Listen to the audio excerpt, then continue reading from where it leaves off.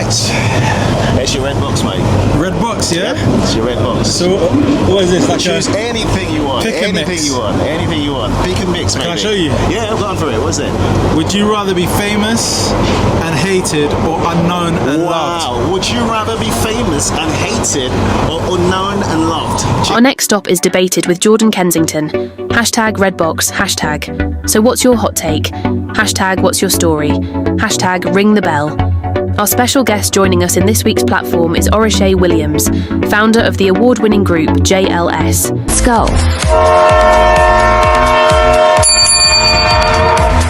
Like love is beyond everything. I hear you. Do you know what I'm saying? Like, I and I guess even for me, I know it sounds weird, but like fame don't drive me. That's true. It's the music that drives me. Fame has its advantages. Fame has its disadvantages. Right. And no lie, like trust me. So yeah, listen. I don't know what to say, but all I know is that love beyond everything and being unknown. Like I think it's actually cool. Like when people are known for, you know what I'm saying, what they do. Like they might make dope music, or they might build a company or have a dope business, but they don't actually know people don't know who's behind it. I kind of agree with you, man. And they enjoy the success. So what you're saying is love is the answer. Love is the answer, everything man. else is nonsense. Absolutely. Right? When it comes down to it, you were born to love, but when you pass away, you've got to pass away with a little bit of love. Hopefully, yeah. Do you know what? You're actually moving to the upside, because you know why? You've never ever seen someone pass away and they say, oh, he had loads of cars and he was so famous. Never. No one cares. Never. They care how you treated them. If you treat them good, they're happy. That makes sense. Right? Yeah, I'm liking it. All right, let's go on. Another one, yeah? Yeah, another one. All right, Let's cool. go. Shuffle it. Do your thing. I'm gonna go for. There you go. The trad wife movement, empowerment or step backwards. Alright, so the trad wife movement. What is a trad wife? Empowerment, I tell you, man, empowerment or step backwards. So a trad wife, and don't forget, this is not my words, this is the producers, right? Okay. The trad wife, I would say a traditional wife, right? Oh. So you know, do you prefer traditional wife, or do you prefer the empowerment, like someone that empowers you, someone that literally says to you, look, it's equality in the house, don't do any nonsense, let's move a step forward. What is yours? Do you like the traditional old school way, or it's all about the new school? What are we talking about? I think there's things that we can learn from the old school. I see. What kind of things? So I feel like learning from the old school stuff, like I don't know, like, you know, really kind of empowering each other, like and a wife, and you know, empowering her husband. But obviously, I still believe it as well. The old school models. A husband must empower his wife too, right? Yeah. But I feel like there's definitely traditions that we can learn from the old school that still apply and work and will work really well in modern times. But then obviously, you know, like times have changed, people have evolved. Yeah. Do you know what I'm saying? We've learned. I mean, people have evolved to a level where, would you rather sit at home and look after the kids while the wife brings in the money? What would you do? Would you sit at home and say, look, I'm gonna be a house dad, I'll sit at home, Mrs. go and make some money, man, I gotta relax. What would you rather? Nah, I mean, so you don't like that? nah, broski, no way. Listen, you see, so what you're saying is there are limits. There gotta be limits to the madness. Yeah, and you know what? Listen, everyone's got to do a bit of everything. So, like with my wife, you know, obviously she's an ambitious, successful woman. You know, of course, you know, shout out to my wife Kaz, obviously, you know, and I'm very proud of her, and she's very proud of me because obviously I've been, you know, she's been on this journey with me for many years now. Yeah. And you know, we both love looking after our son together. Yeah. He loves looking up and seeing us both look after him. Definitely. So when you first met your wife, did you have that conversation? Like, all right, who's gonna do what? Like, or did you just kind of like get into it like naturally?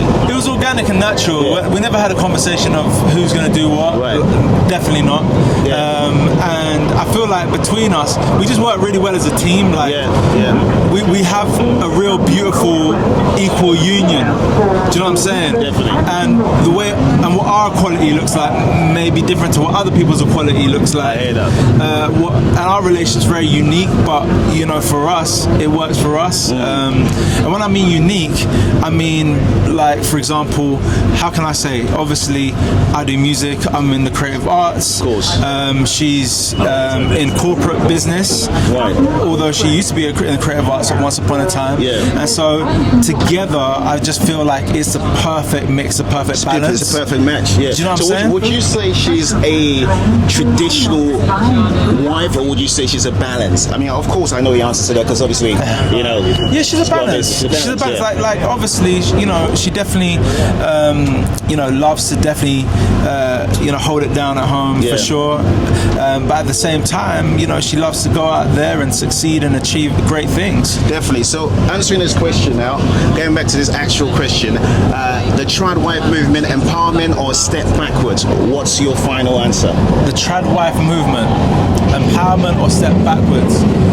I don't want to judge anybody's relationship. Don't sit on the fence, Oritsé. Don't sit on the fence, mate. You got to be a politician on this one. You got to get right in there, mate. Okay. Yeah. Listen, I see the positives in it, so I'm going to say empowerment, but I don't believe, you know, a man should be controlling of a woman. That's one thing I will say. If a trad wife includes that, then I'm not with it. We're not with it. We're not with it at all. But if it doesn't, we can work on agreement. We can work. Yeah, definitely. Let's go. I love that. Let's go. All right, so we are on the stage where we're talking about your hot takes, right? Your hot takes is basically something that you know sometimes pisses you off and not it doesn't piss. Something that is just your observation. It's your kind of it's your kind of take on things that are going on in the world. All right. What's your take? I can't stand it, and I can't stand this when people have no manners and no empathy and compassion for others.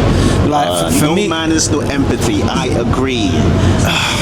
What situation are we talking about? When you're driving and someone's in front of you and on their phones and just literally driving slow? Yeah. What kind of? Or email. Someone sending you an email and just not saying "Hope you're well." Yeah. Or even someone sending you an email saying "I trust this email finds you well." That's ChatGPT, bro. Because how can you trust an email to find me well? Come on now. You don't hope I'm well, broski. You're trusting an email to find me well. So what if the email finds me not well?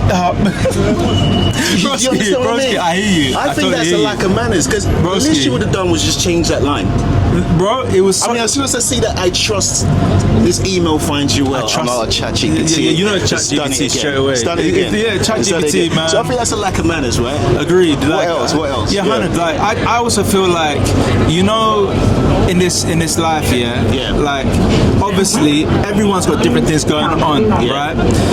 But there seems to be a real bad road rage issue in the UK. There is. Do you know what I'm saying? People winding down their windows, so quick to throw up the middle finger, cuss you out. Look, this is why I don't like driving in London. I put the car there. If the driver is not working, I'm not doing it. That's why we're on the train. Once you leave the house, right?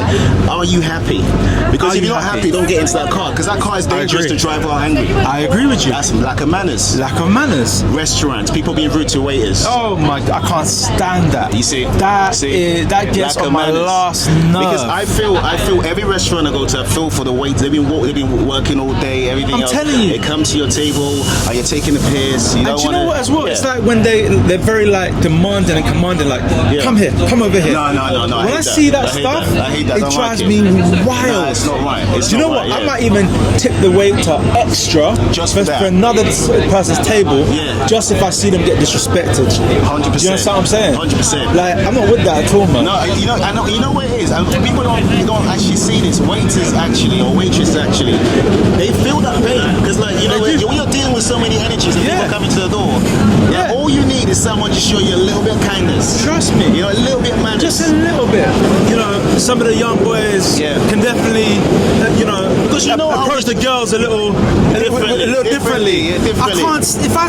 But I've got to say, Oritsé, I've got to be honest in this. Right? You come from my generation. Back in the day, we were not right either. I remember you would see someone on the street be like, yo, why are you there? No. Disclaimer, not today. No, listen. Today, times have changed. No. And it wasn't me I was referring to. My cousin Daniel. Daniel, stop that crap, man. That behaviour.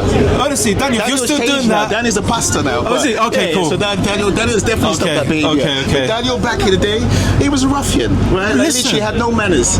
When he got on the phones, he gave Daniel a job in the office. Right? He got on the phones, as Daniel's from South London, proper South London. Got on the phones, first day, he's speaking to a client. Sony's on the phone, right? Not Sony the music, Sony the tech company. We're trying to get this deal advertising. He goes on the phone, he's like, yo, so we're gonna do this. I'm like, Daniel. So the client pulled up from the advertising campaign. And Daniel said, I was being real with him. I said, what do you mean you were being real with him? He said, I called him your brother. I said, Daniel, that's the client. He said, what, are you trying to change me? I said, I ain't trying to change you, you're speaking to a client. So I had to find Daniel, that's how it started. But that gave a good inspiration for him to become a pastor. Amazing. There's always a light at the end of the tunnel. See, that's what I'm saying. And we learn from our lessons.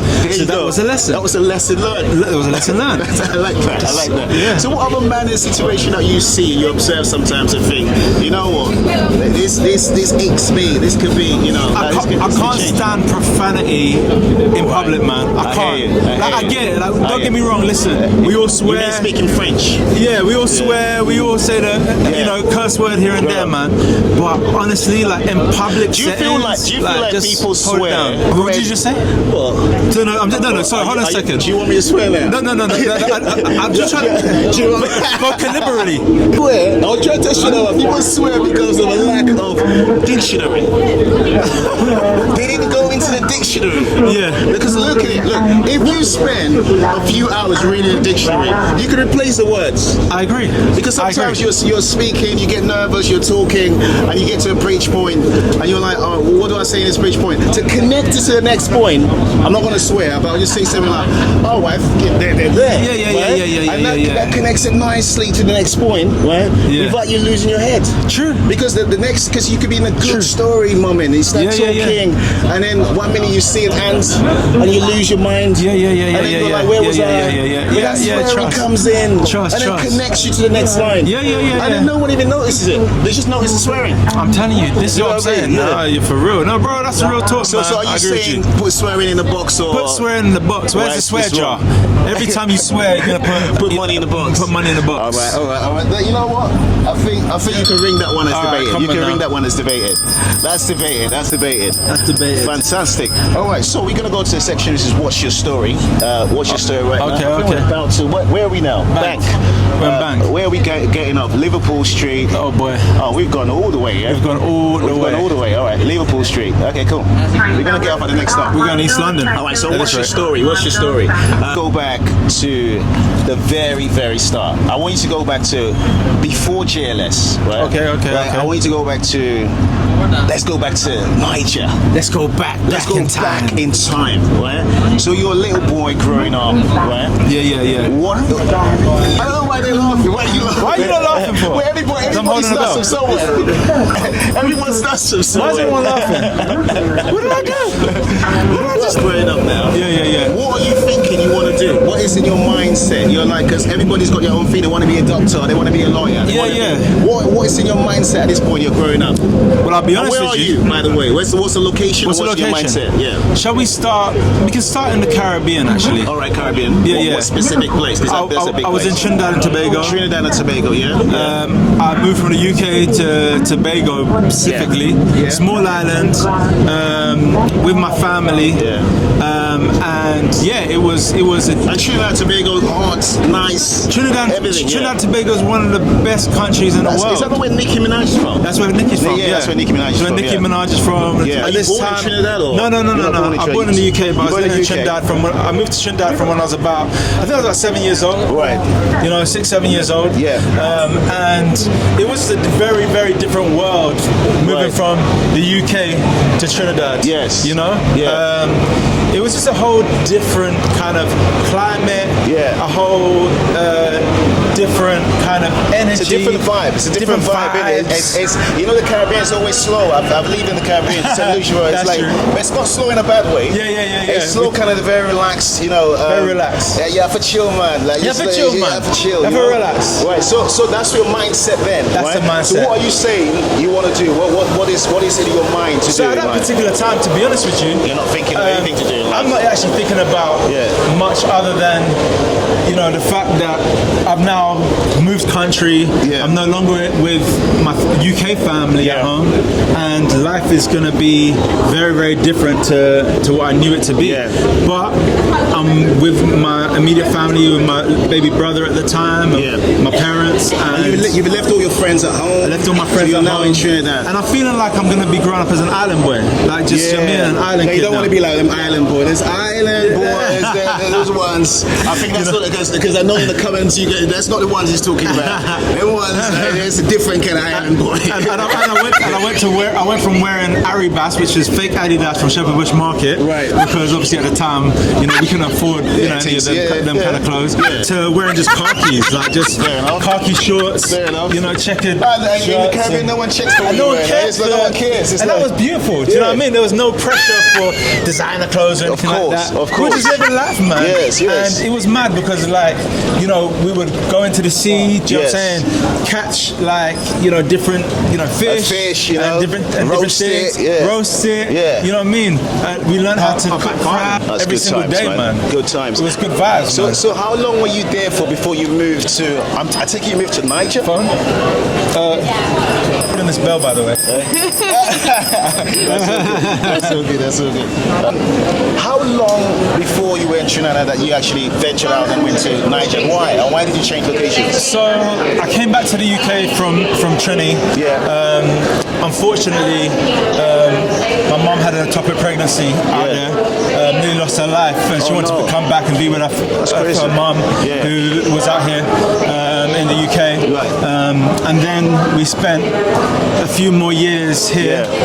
And then I decided that at secondary school, at secondary school, I had a bit of a up and down, let's say. I actually got expelled from my secondary school, you know, for a misunderstanding. A bit of manners, yeah? Some manners issues. Like my cousin I never ever had manners issues, brother. Wasn't like that. Never.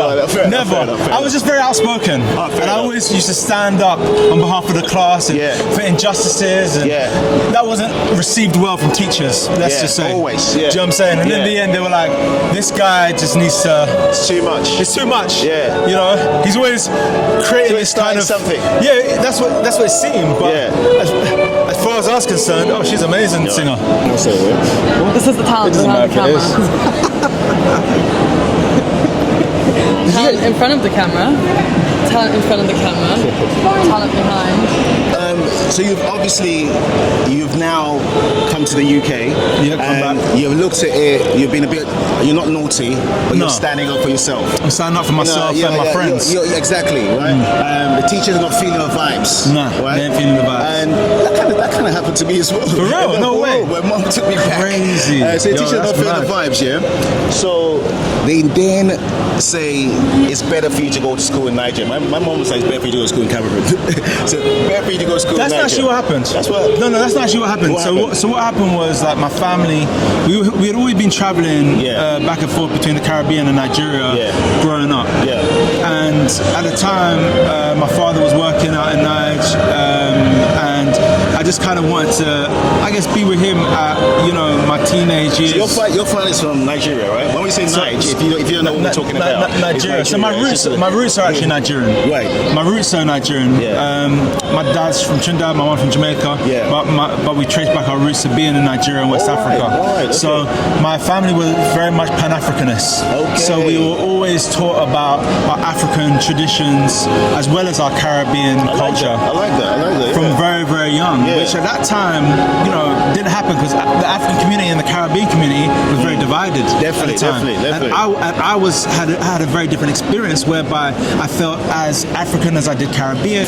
You felt more in tune to that side of things. Very right? much so, and obviously my first name, Oritsé Williams, is a traditional. What does Jolon mean? What does that mean? So it actually means God has blessed As you. Jordan journeys through part 3 of Debated, #What's Your Story?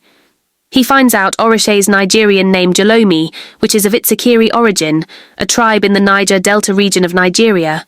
Jolomi means, rejoice with me. Oritsé also means God, so Oritsé Jolomi means God rejoice with me, or it is God who brings rejoicing. Universally blessed. I like that. Blessings from the higher power, so it's amazing. They gave me that name. It's a Shikiri name. Yeah. The Shikiri is a Shikiri tribe in Nigeria. Right. A very powerful tribe. And me and my siblings, we all have strong Nigerian first names. Yeah. That connects back to the roots. I love that. That connects back to the roots, So now you decide you're happy to go to Nigeria at this point. Like, a lot of people... It's a decision I made. Yes, you made that decision yourself. You're happy. Yeah. I mean, I was determined. I was driven. Definitely. A lot of time, to be honest with you. Yeah. Like at that particular time. Yeah. People weren't talking about Nigeria as a hotspot or a place to go. Right. But because I was so much about my culture and wanting to really discover my roots and my heritage, it just felt right at that particular time. Definitely. When I felt lost, leaving school, it felt like going out there. Maybe I would be found almost, and when I mean be found, I mean like really find who I am. Definitely. I understand what that means, because obviously when you have different mixes, different cultures, it's so important to kind of connect to those roots in those different places. Absolutely. And I feel like you did from Caribbean to Africa. Yeah. So now you are in Nigeria. So you've landed now. I'm in Nigeria. Where have you landed? Lagos. I've landed in Lagos. All right. So how are you feeling? Can you remember? Because it sure is not feeling like this. No, the rain's definitely falling. I remember the heat and the humidity. Right, it's just hot. hitting me. It's real life. I was at the airport with my luggage, and I just remember everyone trying to grab my luggage, and it was crazy. It was like a free for all. It was like I was coming into an unknown unknown environment. Local restaurants that very much feel like you're getting home cooking, like home cooked foods. Do you know what I'm saying? For me, that's the best type of restaurants, man. I want to feel like I'm in your living room. Do you know what I'm saying? And grandma's cooking for us. Like, do you know what I'm saying? Like, that's how I need to feel. That's what the experience for me is most enjoyable. That's 5-star to me. Yeah. Do you know what I'm saying? It's got to be like original mama's cooking. Trust me, broski. Like, that's what it is for me, man. So, I love like Khao San. It's a great Thai restaurant. Hassan is a good restaurant. I like, what else? Do you know what? There's a place called Flavor Bus. Flavor Bus, where's in that? South London, Croydon. All right. And they do the most amazing jerk chicken, man. Seriously? Oh my god. Yeah, that's something I gotta check that out. Out of this world, man. I'll check that out. And what else? Like I went to a Nigerian spot recently called Afro Lounge in Birmingham. Afro Lounge, okay. And honestly, they're good. So good. There's one that's nominated. I think it's called Sakura or Sakura. Oh, Sakura. Yeah. They're nominated for the British Restaurant Awards. I think Sakura. Okay, they've kind of done. I know Sakura. Yes. Sakura. And back in the day, there used to be a spot in Camden. It's closed now. Shaka Zulu upstairs. Shaka Zulu, that was the spot. Shaka Zulu was dope back in the day, man. I like Shaka Zulu. Shaka Zulu was the spot. Is that the back, maybe? And then the Giglemesh was down as well. They just closed down. They just opened up again now. You did? Yeah, Same spot? No, different. Central London. I think near Piccadilly. I went there a few years ago. Yeah, it was quite nice. Food, Caribbean food, African food. I love food too much. That's why I'm always struggling to get the weight off. Trust me, always. I was saying this in my last we were filming the other day. I said I ain't been to the gym for years. Have you not? I don't do the gym, bro. Bro, you're a tramp. I literally do not do the gym. That means you got incredible genes. I can see your light. We should go this way. When the wind is blowing, the temperature is rising. Do you want to get back? Have you found what you're looking for? If you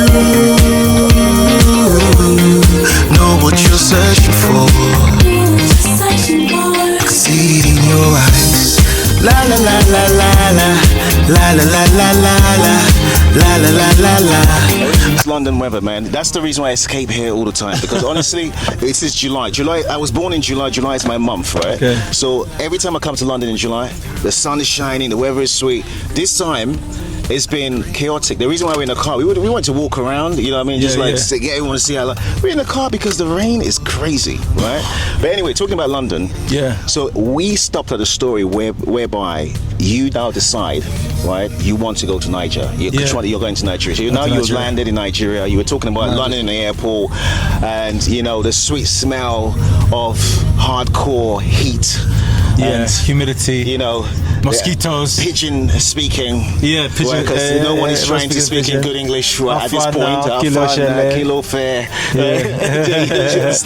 So then, how are you feeling at this point? Are you feeling I'm back home? Let's get it started.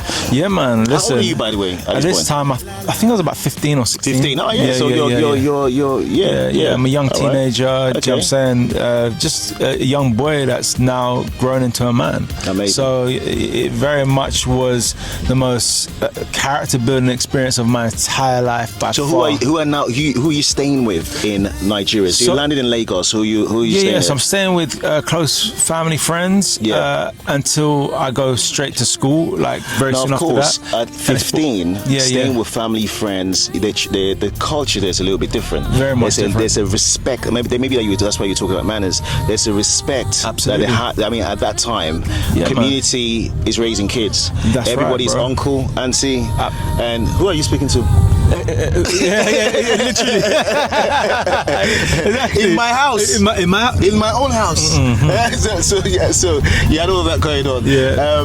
So are you kind of just like climatized into the whole thing, or you know what I mean? Yeah, was it a little bit of a struggle to climatize, or you're just like, you know? Okay. I'm not gonna lie, obviously, I miss home a lot. Especially miss my mum. Yeah. Because obviously, you know, people will know that she has multiple sclerosis. Yeah. She was diagnosed when I was 12 years old. Yeah. And I was the main carer for my mum at home. Yeah. And I think people forget this story, you know. People have forgotten that, you know. That is. I mean, we'll come to a lot in the future, but that was a starting point for a lot of things. Right? Yeah, it was. And my younger brother, my baby sister, kind of had to take over at that particular time a little more. And you know, that was a real kind of tough situation, man. So I missed them, I missed my mom, I missed my friends, but it was just something that I felt like I had to do. I don't know what was calling me to Nigeria, but I just felt like I was being called to Nigeria. You know, maybe God. Yeah.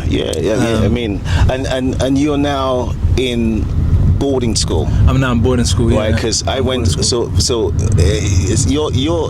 it's so weird, right? Because on my version of the story, my mom takes us out of school here, right, in nursery school, goes and starts a nursery school in Cameroon. Are you serious? And then starts a primary school, and then starts a college, and puts us in boarding college. That's insane. That's how I know about the big, small thing. You know, so you are big for Davido in boarding school at this point.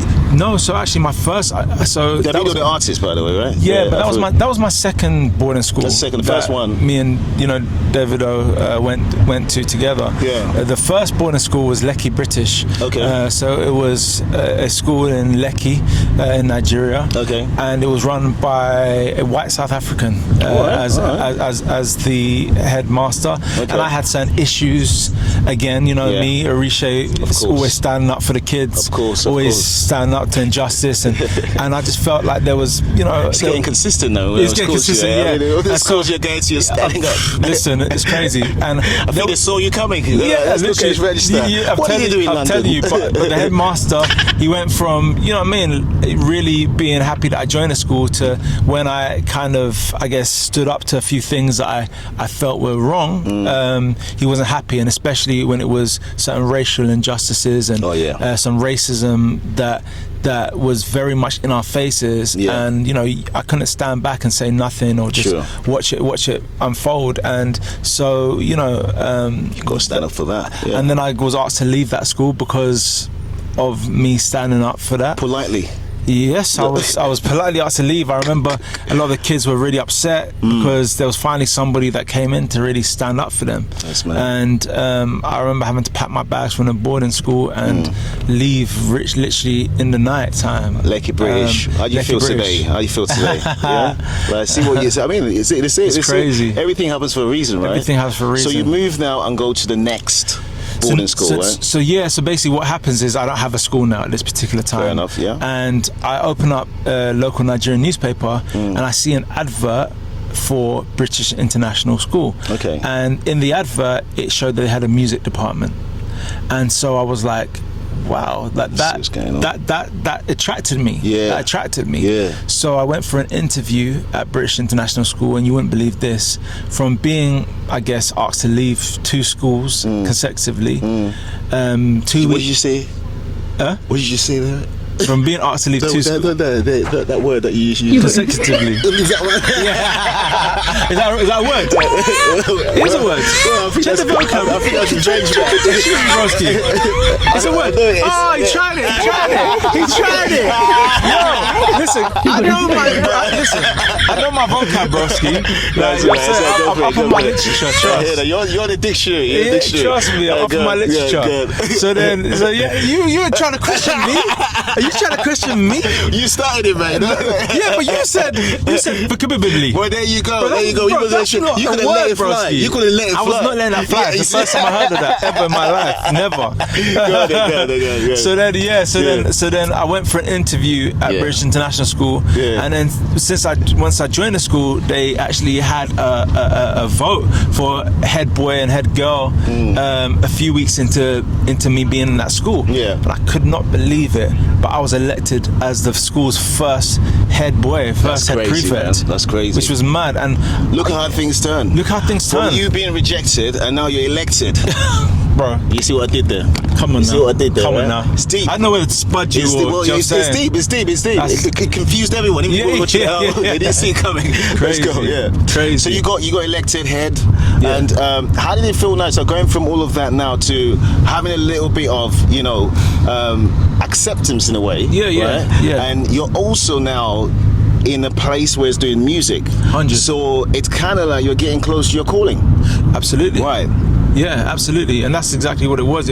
I just kind of felt like, I had left England because I didn't feel like my potential was really being valued or nurtured. Yeah. And I went back to Africa, where we're all from. Yes. Just kind of being hopeful that they might see my potential and be able to nurture the things in me and about me that maybe I didn't even see in myself. Sure. And being elected as head boy was the first kind of sign and indication that I was exactly where I needed to be. Amazing. Yeah. Amazing. So now this is where you have different students here, there's people doing music here. Absolutely. You meet Davido, and Davido's dad is one of the richest. Well, not the richest, because the richest is Dangote, Aliko Dangote, and you've got other people there. But his dad is very rich, right? He is, but he's also one of the most kind of grounded, welcoming, good, pure-hearted people you'd ever meet. Like Davido or his dad? Both of them. Right. Okay. Cool. Yeah, trust me. Both of them. Like. No, but at this point, we're talking. At this point, he's a kid. Yeah. At this point, is it a grounded kid or is he? Oh, he's a mischievous kid, what man. I'm trying to tell you. No, at this point, this is what I was trying to get to. Yeah, they've caused me a lot of wahala in school, man. Trust me. David was a mischievous kid, boy. He was ready to rock us with anybody. Like literally, I used to, that Scrappy Doo. Yeah. He was like small. You could tell he's calmed down. But you could tell he was that kind of kid that he's on it. David wasn't playing. He didn't care if you were a 10-foot tall giant. He would talk to you. Listen, that boy was ready at all times. So you're there. You're now head boy. Yeah. Are you trying to build music while you're in music school? What are you doing? Are you learning I'm how to play soaking in the instrument? music of Africa. Right. This is So at that point, what's going on? Is it peace? What's going on in Africa at that point? What year Peace are we talking about? Peace Square? Star Plus, Star Plus, Two Face, P Square. Who else? Yeah, obviously. This is not Fela. No, but obviously they were massive at that time. They were like gods of music in Africa. And then obviously film as well. Nollywood was killing it. Nollywood was Genevieve and it was at that point. That was killing it. And also, you know, I was like tuned into DSTV, and what was amazing about DSTV was that you saw talent from all over Africa on this music station. So it's like that is true. It was like this. The channel was called Channel O. Yeah, I remember Channel O. You remember Channel O? I remember that. And so it was like the equivalent of, I guess, MTV, but for Africa. I was able to see music talent from South Africa, from East Africa, West Africa, North Africa, all over Africa, and that for me was like incredibly inspiring. Amazing. And just incredible, absolutely incredible. So are you now thinking? You're at school. Are you thinking, I want to do this like full time? I want to go ahead. This is what I want to do now. I want to do music when I graduate from here. Is that in your mindset now? Are you building plans at that point? Funny enough, like I love to sing and I love poetry and spoken word, but I was actually thinking I was going to be a record label exec boss. All right, the business side of things. The business side of things. That's clever, man. So at that point? At that point, yeah. So I kept on like writing. I kept on like drawing on my school diary illustrations of what my record label was going to be called, and then I started thinking about what kind of acts I wanted to sign to my label. And I wanted to sign a boy band and a solo artist, and I started writing songs for all of these artists, thinking that I was actually going to just nurture talent and put them out, and I was gonna be in the business side of the music. Definitely. So yeah. So now, tell me what happened now at this stage now. So you finished at college now. Do you stay in Nigeria or you come back to the UK? So I did like I think almost 2.5 years in Nigeria, 2.5 years, something thereabouts, and it's time to kind of, I guess, graduate from college A-level, sixth form in BIS, and start looking at my options and coming back to the UK and being with my family again. And the aim was to come back and do music business. But as I said as well, like the great thing about Nigeria is that, especially as a young black man, it really helped me discover who I was and find that potential in me that I never knew I had. So music was all around, and it was so natural in Africa. Like I can't explain to you, everybody's talented. It's insane. Like I can't even express it enough. I've never known anything like it. You know, it's funny, not just music, creativity, business, like literally everywhere you go to, people are making, like even when I grew up in Africa, even people couldn't afford toys. And they were making your own cars, making your own bicycles out of like, prams. They take the tire of a pram, they make your own cars. I'm like, literally, I mean, it's the creativity and talent next level. It builds you up. By the time you come back here, you're a different species. You're different people. I set up my own like mini independent photography business when I was out there. In school. That's and I was making money from digital photography, taking pictures and selling them on CDs and stuff like that. So it wasn't only music that it's a lot of it was business opportunities, entrepreneurship. You know what I'm saying? So you've now come to the UK. Come back to the UK. You come back to the UK. You left the UK. You're now Africanized. You're back. Very much so. This is the era where I don't think Africa was that cool in the UK. Let's be honest. Or is that different to you? No, that's why everybody was. Because at that time, when you go to college, people are like, at that time I had to choose between my Caribbean side and my African side. Trust me, it's crazy. Yeah, it's crazy. So how was it for you coming back? For me, obviously, everybody. The Jamaicans were winning. Bro, listen, like Jamaica was winning. Was different levels of winning. But even when I went to Nigeria, because they found out that, you know what I mean, I was also had Jamaican roots. They used to love that side of me. They used to call me Jamo Boy a lot, and they used to always want to know about Jamaican music and Jamaican style. And I used to. It's funny how a small island, because everywhere I've been to, even in South Africa, people love Jamaica. Mauritius, everywhere you go to in the world, a small island has managed to impact it's people. insane. It's actually insane. There's places in China where they love dancehall music. They have clashes. And they have statues of Bob Marley. Yeah, I'm telling you. Yeah. It's crazy. It's wild. Ghana, they love Jamaican music. So yeah, back to you're back in London. So I'm back in London, right? back in the UK. And you know, I'm feeling like a whole different type of person. I'm just feeling I'm back to the big city. I'm seeing the high-rise buildings. No one's smiling. Are you a bit nervous, or you're like, oh man? I was nervous. I felt a little displaced. I was so acclimatized to Nigeria. And I guess. And you said something. You said no one's smiling. I remember when Jordan Jr., because he was in Mauritius. My son, he was in Mauritius for 2 years. Big up Jordan Jr. Big up Jordan Jr. He'll be watching this. He was in Mauritius for 2 years, and Jordan is like, he talks to everybody. He's like, how you doing? You alright? How you doing? He's an island boy. Like, he was born in Mauritius. So he talks to. He's got confidence. Talks to. So when you came here, same vibes. He'll be going to local Tesco's. How you doing? You alright? How you doing? And adults are just looking at him like, why are you talking to me? Yeah, it's mad. And after like a year of doing it, that's where we had to go. After a year of doing it, he was just like, he stopped. And it's you feel that way. It's like you came back to the UK and you thought like, I'm going to go to university for music business. That's right. What university did you go to here? I went to London Metropolitan. North London. I was on the other side, South Bank. No way. How was London Met? Listen, it was interesting. There's a lot of people when they come to London go outside of London for university. They chose to stay. They do. You know what it is? I want to be like as close to as family. I want to be close to my family, close to my mum. Obviously, I had the responsibility being a young carer. Of course. Do you know what I'm saying? And so for me, like going away again, almost. It just didn't feel right. So, and a lot of people have forgotten this because this was the origins of a lot of things. And being a young carer at that point, take us through how. What was your day like? You getting up in the morning?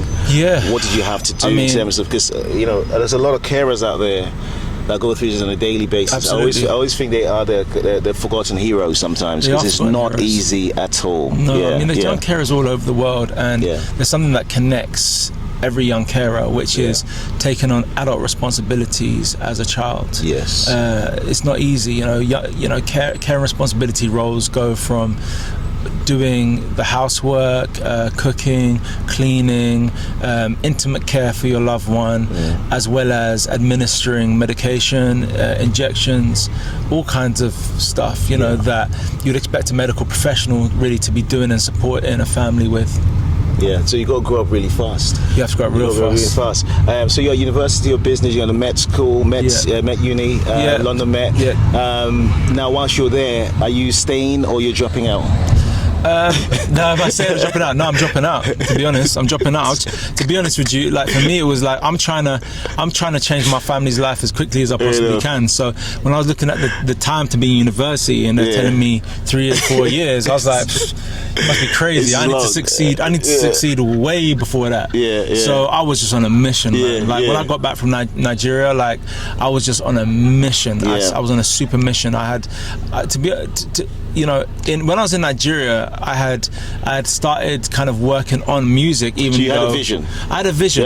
Even though, because I said to myself, listen, if I become a musician, then maybe what can happen is I can, become a successful musician, and then from that I'll be able to get the opportunity to have my own music business. So being an artist, I was really being developed and developing myself in Nigeria. I mean, I was going to radio stations in Nigeria with my CD printed on a demo, those days, man, and stuff like that. And then, so when I came back to the UK, I had the same hustle that I learned in Nigeria. So I was printing my CDs again in the UK this time, doing the same thing again. Hustling, same man. hustle spirit. Hustling spirit. I had an internship with Deal Real Records. Deal Real, that's Carnaby Street. That's right. Yeah, man. Who was that? Is it Street. Dean? Who was the person that was running that thing back in the day? Victor Oluteo. Yeah. So big up Victor. Big up Victor, man. Big up Victor, man. And so you working? You had an internship there? Yeah, I had an internship. I got myself an internship. They gave us options, and I said no. I'm getting myself. I love the difference that Deal Real brought to Carnaby Street. With they used to have a Friday hip hop thing that they used to do. They were they were ahead of their times. There was Deal Real on one side, and I feel like there was another shop, a record shop on the other side that was doing the same thing. There was Black Market Records, and there was another one that used to sell aerosol inside. I forgot now. But Deal Real like we were Deal the Real, best. Deal Real was. Everybody on a Friday they would go to Deal Real. Deal Real as well. Yeah, I remember that. I remember that. So you know, like there was legends that have been through Deal Real records, man. Yeah. So for me, there was like Deal Real. You're getting me to remember. There's Deal Real, and there was 10 Mills. Is it 10 Mills? 10 rooms. 10 rooms. Yeah. Go on. Yeah. So I'm there. I'm in uni. I've landed an internship at Deal Real. That was my own internship that I went and got. Do you know what I'm saying? Not nothing that the uni offered or provided. That because I was very, I wasn't happy with what they were offering. I needed to. So would you say that internship was better than uni? Yeah. 100%. In many ways, yeah. 100%. Many ways, because there is where I was also discovered by Trevor Nelson when he was filming MTV Base. I'll never forget. I'm sorry, Trevor. I've got to say this. Yeah, I remember. I've got this on camera, so you can't say. Gosh. I was doing a show for BBC One. They got me to host this show, and we had to interview Trevor, Tim, all the One Extra. So, and the show was me saying, UK music is going to be number one day. And artists are going to be number one day. I've got this on video. Respect. This is Trevor Nelson. Trevor Nelson said, I'm sorry, Trevor, I got to say this. I got proof. I could probably stop the video here. Trevor said the day he sees a UK artist headline one of those festivals, he will eat his foot. You're going to a place where Robbie Williams is king, you know what I mean, or someone like that, and they don't really get a grasp of bass line and grime and urban music. The day I see a black artist born in the UK doing a Nebworth the size of a Robbie Williams, I will eat my foot. That's the quote. But I can understand why he'd say that. Why? Because imagine actually no. I was actually pissed off with that because my whole thing was about UK artists. I understand why you're upset. And I felt like there was a vision. I'm not diverting, but I just felt like there was a vision with artists. Like when you're telling your story now, you needed people to be like, no, what you're saying is true. Actually, Estelle was in that documentary I did as well for the BBC. She was saying the same thing, right? So, it's like you need people. Whilst there's a young person right now who wants to be you right now, who's going through navigating the world right now, and someone, maybe it's not music, maybe it's tech, maybe it's AI, whatever he's doing right now, and someone is saying somewhere that it's not possible. And you need people to say to you, no, it's possible. You got to have the other side that say to you, no, do you know what? Like everything is possible. Because why is Mark Zuckerberg launching a Facebook? But you know what it is? But it's frustration. Like even when I was putting together the group when I got back to the UK. Everyone said that it would never work. Everyone told me, Oritsé, you're wasting your time. An all-black group would never work in the UK. So I said it would work. I know you did. Listen. Jordan, honestly, the UMA's Urban Music Awards was our foundation. And without the Urban Music Awards, honestly, like I don't know where we would be, because in reality, having an organization and and such a reputable, that is a word, a reputable music award show love, and it was and I feel people don't understand when they say show love. We how we're talking like this, that's how we were before you started. You guys would come to the office, that's right, we'll sit down and we'll be talking exactly the same way. Before there was podcast, I'll take you guys downstairs. I've got pictures of you guys and videos of you downstairs at my podcast radio station. We had to audition for you as well. We had to sign for you and audition. And then you also will go on tours. Like there was the UMA tour is a tour that we will never forget. Mad. That was, listen, let me tell you something. I still talk about the UMA tour up until now. That's mad. And up until now, it still is one of our most groundbreaking and character building moments that set us up for everything after. Like, do you know what I'm saying? Like we learned because I felt like when you guys walked in the door, I felt like a lot, and you were called. I don't know if we should go into that part. We can. No, You were called. I mean, we go back and forth. I feel we can. You were called UFO. Yeah, we were called UFO. Unique, famous, original. Come on now. It was outrageous, but let's go with original. Sorry. No, but let's go. But it should have been original. Yeah, it was outrageous. I remember. And I felt like you guys were gonna go far, extremely far. You believed. I believed. You believed in us. And in my head, I was like, and sometimes you see, that's the reason why it's a good call with Trevor. Like Trevor's a good guy. I love Trevor to bits. Good guy. But this is an advice to people out there, especially when young people walk through the door. Yeah. You've got to gas them up 100. because that's you. But can I tell you my experience with Trevor? Go on. So with Trevor, he walked into Dilro Records to film, right? And everyone knew what I was like in Dilro. Like I was ballsy, and I would go and try and get every opportunity. And so I had already had a plan for when Trevor walked in. I brought my guitar, put it underneath my desk. Sick. I was ready to perform for him. He wouldn't let me perform for him at the time straight away, right?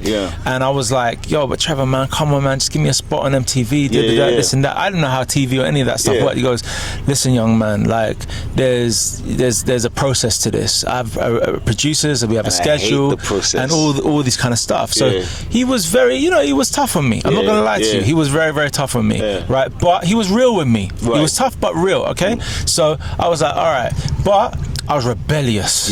So I took my guitar and I started singing outside the shop, and I attracted a crowd. And then Trevor came out with his team, and he stood next to me, hearing me sing, right? Everybody was going crazy, and Trevor just looked at me and he said, what's your name, young man? I said, my name is Oritsé Williams. He said, Oritsé, you're exactly what the UK needs. Mad. And everyone started going crazy. So when I say I understand what he was trying to say to you in relation to my experience with him, was that I think he was tired. I think he was trying to champion UK talent. There were, even now, like check it, Jordan. How many UK black male solo singers have really become successful? Think about it. Think about what Trevor was feeling, his passion, but also his frustrations. Even now, today, broski, think about it. You tell me. To answer the question, no, man. Well, but think about this, right? Have they not become successful because they're not listening? Or because think about it, let me tell you what. Let me land. I'm letting you land. Let's open it. A lot of UK artists, male, female, black, white, whatever, right? The issue is, and I know artists are very stubborn. Right? You need to be able to see every part of your story. Shows you why you're successful. 100%. Because you followed your intuition. I hear it. 100%. You hear Craig's story, right? You see Neil that was there yesterday. Me anyway at the Pepsi chart show. Neil was the host of the Pepsi chart show in Channel 5's Pepsi chart show. That was at Top of the Pops. And I'm ushering Craig Davis' first ever performance, right? With Artful Dodger, Pepsi chart show. He's like 16 or 17. Shy, it's crazy, right? Crazy. And this guy is going to be successful, really successful, right? But Craig David became extremely successful because he listened. I saw him listen to advice. Right. Artists, it's not about why they're not successful. I hear it. The question is, when you go into your creative bag, are you prepared to understand that there are different people that will want to advise you on how to make this work? 100. So for example, a painter like Picasso can create an art and you can say, I don't like this, right? And someone else could be like, that will be worth 30 million, but listen, this is how we're going to do it. We're going to make sure nobody knows your face. You're going to be like a Banksy. You're going to do this and you'd be like, that's a bit stupid. I'm like, you know the art part? I didn't say the art was stupid. I said the market in it. This is how we've got to do it. So what you're saying is they hear what they want to hear, which is usually the thing that offends them, and don't actually see the value. The value in different, like for example. I get what you're saying. You're very good at creating the food. You might not be good at running a restaurant. Do you see what I'm saying? And everyone has a role to play. And everyone has a role to play. Yeah, so then someone comes to the door and says to you, hey, you know what, this is what we're going to do. We're going to franchise this restaurant and we're going to have Nando's in 70 countries. You're like, that's not the mission, my brother. Yeah. My mission was to have a little Nando's. So that's what happened to McDonald's. I hear you. I think McDonald's or KFC, one of the McDonald's, right? Yeah. They created a little branch. Someone came and said, look, we can franchise this. They said, no, that's not what it is. Ray Kroc said, okay, I'm going to buy this for you. And he franchised it. Incredible. And they were pissed. He made more money than them. Wow. So the reality is that it's not the team's advice. When you are prepared, the teacher shows up. Wow. And then what I find with our people is sometimes whatever you say becomes a reality. If you say like it's not gonna happen, or how many artists haven't made it, right? Yeah. You don't know you have the power to create what you've just said. Yeah, I mean, do you understand what I'm saying? I mean, I'm very much, and you will be the exception of what you said because you're going to be saying the opposite. It's like you got to say the opposite of what you just said. But with that much conviction that it becomes the real. Well, that's what I'm determined about. You know, that's what I remain determined about. Yes. I did that with the group. Sorry, mate. Sorry. You are good. The way you did that was very good, mate. Fantastic, thank you. Jesus Christ, I almost crashed the car. Jeez. All right. Woo. Thank you. That was mad. Almost all. Oh, you see, with manners, I said you are good, right? And that was that's my swearing. Yeah. When everybody said to me, you know, or if anybody says to me, "Yo, Oritsé, this can never happen," it makes me want to do it more. Like, do you know what I'm saying? And same. And I just feel like, do you want to sit outside or inside? We probably sit outside, yeah. I've always very much been like that. Hi there, mate. I mean, hello. What's up, bro? Sergio. How are you? Sergio, you're coming now. I'm Jordan. How are you? Nice to meet you. Nice to meet you. Should we sit? Oritsé. Nice to meet you. You want to sit? That looks good, right? That looks good. Yeah, that looks. Thank you. Oh, this is cool. This is very cool. Yeah. The music cool or do you want to I'll tell you to turn it off. Turn it off. Yeah. That's the only award that we got UFO on. Oh, for real? Yeah. So that's mad. So imagine that. That's mad. So for us, that's mad. Like, boom, do you know what I mean? That's mad. It's a great honor, man. That's mad. How are you? Very good. Nice to meet you. I'm Jordan. Welcome to Oritsé. Thank you so much. How are you, sir? And chef, while you were here, what's your name and what's your specialty? my name is Zisis. Yeah. This is you? That's you. My name is Zisis and I like to grill. Yeah. That's my specialty. Cook over fire. Yeah. Inflame the food. Yeah. And give extra flavor. And I can tell there's an accent there. So that's from Greece. Greece. I'm Turkish. Yeah. Okay. Win-win. Amazing. And so what would you be doing today? What kind of food would you be doing today? I mean, the philosophy of the restaurant is. I always say it's better for the chef to tell us what to eat. Sure. What do we know? What do we know? Yeah, it's true. I always ask the chefs when they tell me the restaurant, like, what's good? You just tell me. Yeah. I mean, we try to cook around the grill, around the fire. Everything is passing through the grill, either on preparation or on service time. Fantastic. So we're trying to give a lot of attention to detail and give more flavor to the food. Amazing. And we're excited. So looking forward to it. We're looking forward to it. Perfect. Thank you very much. Lovely to meet you. Thank you, brother. God bless you, man. Enjoy your Looking forward to trying the cuisine. Looking forward to it. The grill. Yeah. So you see, we're talking about Turkish, you love grill. He said, yeah. I know you're going to be very judgy. In a good way. All right. So obviously we were talking about, we're at that point where your vision is coming together. And we went into little escape, which is very important to kind of like really segment on how people felt in it, because people sometimes don't understand what you're going through in that moment. I think talking about the little people around or big people around makes sense. So Absolutely. at this point now, your vision is coming together with music. My vision's coming together. I actually I never saw myself in a group originally. The music I used to listen, well, the music I still listen to, but the music I was very immersed by was very much between, this kind of music that I had grew up with in Africa, music I grew up around the Caribbean music, and coming from West London, we had some great music shops that brought in all the music like the R&B, soulful, neo soul music from around the world, and obviously homegrown music as well from the UK. So you had a lot of exposure to quality, different kind of music, not just one thing. What was your favorite? Were you into like Sade and? I love Sade, man. Classic. Some of my favorite, I say like D'Angelo, Lauryn Hill, still a hero of mine. Lauryn Hill, man. She's like my ultimate hero. Album, Let Me Take the Cage. Oh my gosh, I met her literally earlier this year for the first time, and I was like, honestly, she's just a serious G. Who else? Like, I love Floetry. They killed America. They went crazy. Yeah, they did very well. Love Two-Face. Marsha is working with Dr. Dre now. Yeah, working with Dr. Dre. I saw her when I was in LA, and she was really dope. Two-Face, Star Plus, still very much up there for me. And P Squared, very much up there for me. P Squared's crazy with it. If they had continued as a group, oh my goodness me, because they blew up at a time where Afrobeats wasn't even doing the numbers, but they were doing the numbers. They were doing the numbers, bro. I knew that Afrobeats was going to cut through and break through the way, because when I was living in Nigeria, the music was so infectious, so powerful, right? And I was like, I had heard nothing like it before, but it was incredible, and I was like, there's no way the rest of the world this is gonna be hidden from the rest of the world for all this time.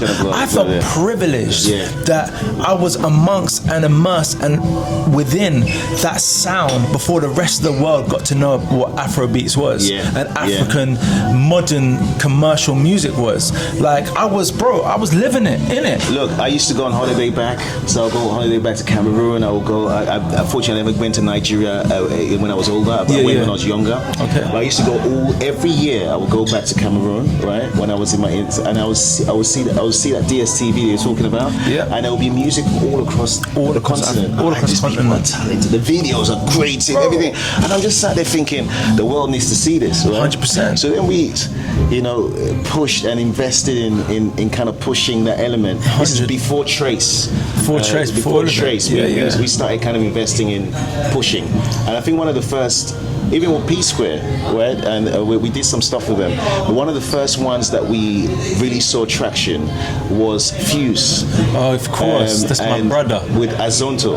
That's my brother. And Fuse that is my year, brother. they took over. They took over the UMA that year. Incredible. And that year he had his first #1, and like Pink's, he just went crazy. And after that was it, Wow. And that small Fuse, in a way, opened the doors for a lot of things to still happen. Bro. Even that little small thing like that. 100%. The school of UMA is mad. It's mad. It's incredible. When you go back, it's mad. It's mad. What I'm saying? It's mad. What you had done, broski, has been nothing short of absolutely extraordinary. It's mad. And for young black entrepreneurs like yourself at that time, young boys like us had to see people like you as an example as what was possible. Yeah. So I understand when you talk about the spirit of encouraging and letting people know about that anything's possible, everything's possible.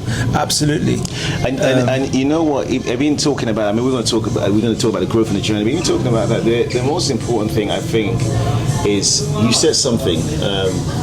I don't know if it's you or it's wealth and legacy. Yeah. And I feel like. We're in the car. We're talking about why you think British male artists are big, etc. Oh yeah. Alright, so my answer to that, just to add on that. Yeah, please go ahead. Wealth and legacy. Yeah. There's a cheat code. Okay. In everything you do, right? All right. The cheat code in the tech community is what? Yeah. Silicon Valley. True. You know why? Yeah. Go on. I've been in those rooms. I've been in those friends. I know Mark Zuckerberg. I know all of them. They pretend to argue with each other. They have friends, Dave. Of course they are. They have friends. Let's go golfing, man.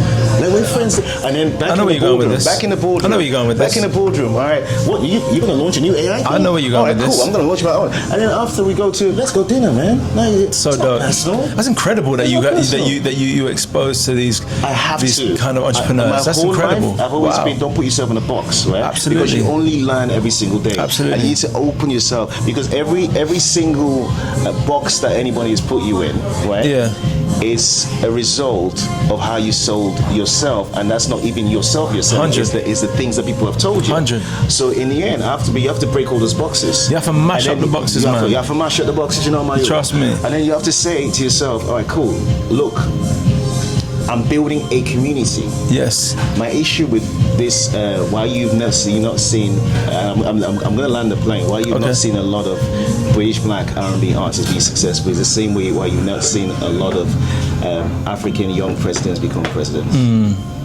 We have a president that's 90 years old, and he's still running for the elections next year. He cannot stand, he cannot talk, but he still wants to be elected. Right? Where are the young leaders? Absolutely. Where's the 30-year-old? Where's the young leaders? They Absolutely. exist. Yeah. They're like next generation. Yeah, it's like the future. generation would be like, I want to vote for him, but he's still young to lead a country. Obama was the president at 40. Clinton was 40. Like those people, but we don't have that. So coming to music, let me land in music. Yeah. Go ahead. The R&B artists, when they make it, they close the door and they sit in there. The comedians, I knew we were going this. I knew where you were landing. Before you landed the plane, I knew where it was going. When you spoke about the example of the entrepreneurs being in the room and on the outside publicly they look like they're in competition, but behind the scenes they're working together. I knew what you were going to say. That's the secret sauce. Now, for the real, you've never been like that.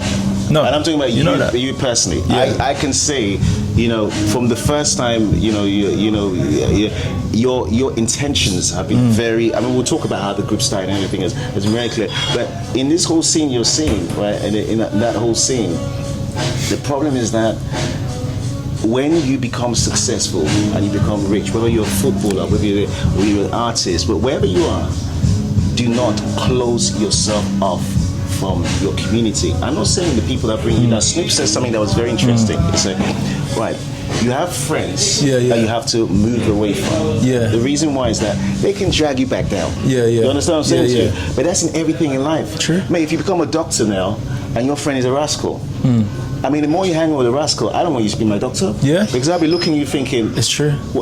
This guy can do this operation, so I get that. But if you become a doctor, and while you were in you had a lecturer that was really good. You had a few people that were friends that were all doing great things, right? Don't disconnect. You've got to create that community, because that community will serve each other, because now you're building the community. What I find in the industry is that as soon as one person goes in the door, it's like close, right? They don't talk to each other Totally anymore. agree with that. And they get managed, and they get this, and what it is the management is like a magic. They kind of stop you from having relationships. And by the time you come out, you find out that the manager had more relationships than you. So you go to a radio station, you're like, I don't know you. They're like, what you mean you don't know me? You saw me every day. No, I know him. Broski. I know Broski. that. I know, because they've been busy building. And making sure you don't build. Bro, do you see what I'm saying? And I totally agree with what you're saying. And I feel like the reason why, the rap scene, the drill scene, the grime scene, the reason why they've cut through is because they're united together. They realize 100%. To go over the wall, they all need to go as an army, as a collective. And I feel like with singers, and in line with what you're saying, is that everyone's very individual and trying to protect themselves. But what's happened is when everyone's become individuals and stayed as individuals, if you don't succeed, then there's no one there to help you. Look at prime example. Prime example, Wiley, just recently. When Wiley was going through what he was going through, we be texting each other online, and we're banning his Instagram, and I was still texting us, and he would take. I'll be like encouraging. I'll just be encouraging. And next thing you know, this year he just did what most people wouldn't do. It's like he comes out with a beat, and he doesn't even call. He just goes and says, "Lethal, jump on this, man. This is gonna be amazing. Pull up, what you're doing it." And then Lethal as well. Lethal to this, he comes from a radio station, all that. And Lethal too is like, what? Jumps in it. And then Robbie Williams picks it up. It's crazy. It's wild. Robbie Williams beautiful. said, let me jump on this too. Beautiful. That is what I'm talking collaboration. about. Don't block that. That is now Look I how agree big with he you. was. And then Robbie is like, guys, I'm doing a massive concert with 1,000 people. Pull up. Pull up. Now, good things come from 100. all that. There's no Broski. competition. 3 hours later. But you know what? You know why this is good? Let me tell you why this is good. Some people don't have real conversations. And when you trying to break the mold, right? Yeah. You can't do what everybody's done before. No. Because Totally agree. if I'm watching something and I've heard this before, there are things we talked about here that no one's ever heard. Do you see what I mean? Absolutely. That's because in life, when you say you're Trust. doing an interview, well, you're doing something. Is it an interview? Is it a police station interview, or are you having a talk about crazy. trying to connect? It's got to be different. Yeah, for real. And that's the reason why podcasts became successful, and It's all the true. TV shows are losing momentum because It's in no regular TV show is like, hey guys, how are you? Yeah, it's like Let's cameras focus on. here. And All right. do you know what it is as well, like Jordan? Yeah. Like, so for me, exactly what you were saying in terms of breaking the mold and doing what's never been done before. And I feel like I'm back here again. Yeah. Obviously now my solo chapter, I've been building, making music and writing music that's truthful and honest to me. Yeah. And a lot of people will turn around and say, yo, like Oritsé's, doing music that's so different from the group. Yeah. And I'm like, Is that a problem? thank you very much. Yeah. And also it's like choosing, why can't I be the founder of JLS, Yeah. which is a group that I'm very proud of, Yeah. that I created and became, something that Well, a had phenomenal group. Like impacted many people in a beautiful ways, and also be Oritsé Williams as I am right in front of you, who grew up between Africa, the Caribbean, and the UK, and through my music, my culture and my heritage, I unapologetically flex in the most kind of like profound and creative ways. Do you know what I'm saying? I've created a merge. I've got a unique background. Usually, you have people that are one or the other. Yeah. But yet, why can't Oritsé Williams, who I guess has had all this life experience, be exactly who I think it's am? because people have been programmed to put people in a box, and They have been, yeah. I feel like They have been, yeah. at the start of anything, Yeah. you have to break that box before it starts. Trust me, and trust me. and that's good that you're And breaking it. I just said to myself, like, you know what?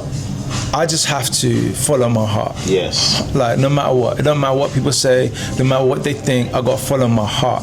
And that's what I've done. And that's why I believe I'm seeing, the blessings start to roll in. And I really, truly believe in God. I truly believe in the higher powers. Same, 100%. I truly believe if your heart's sincere, that,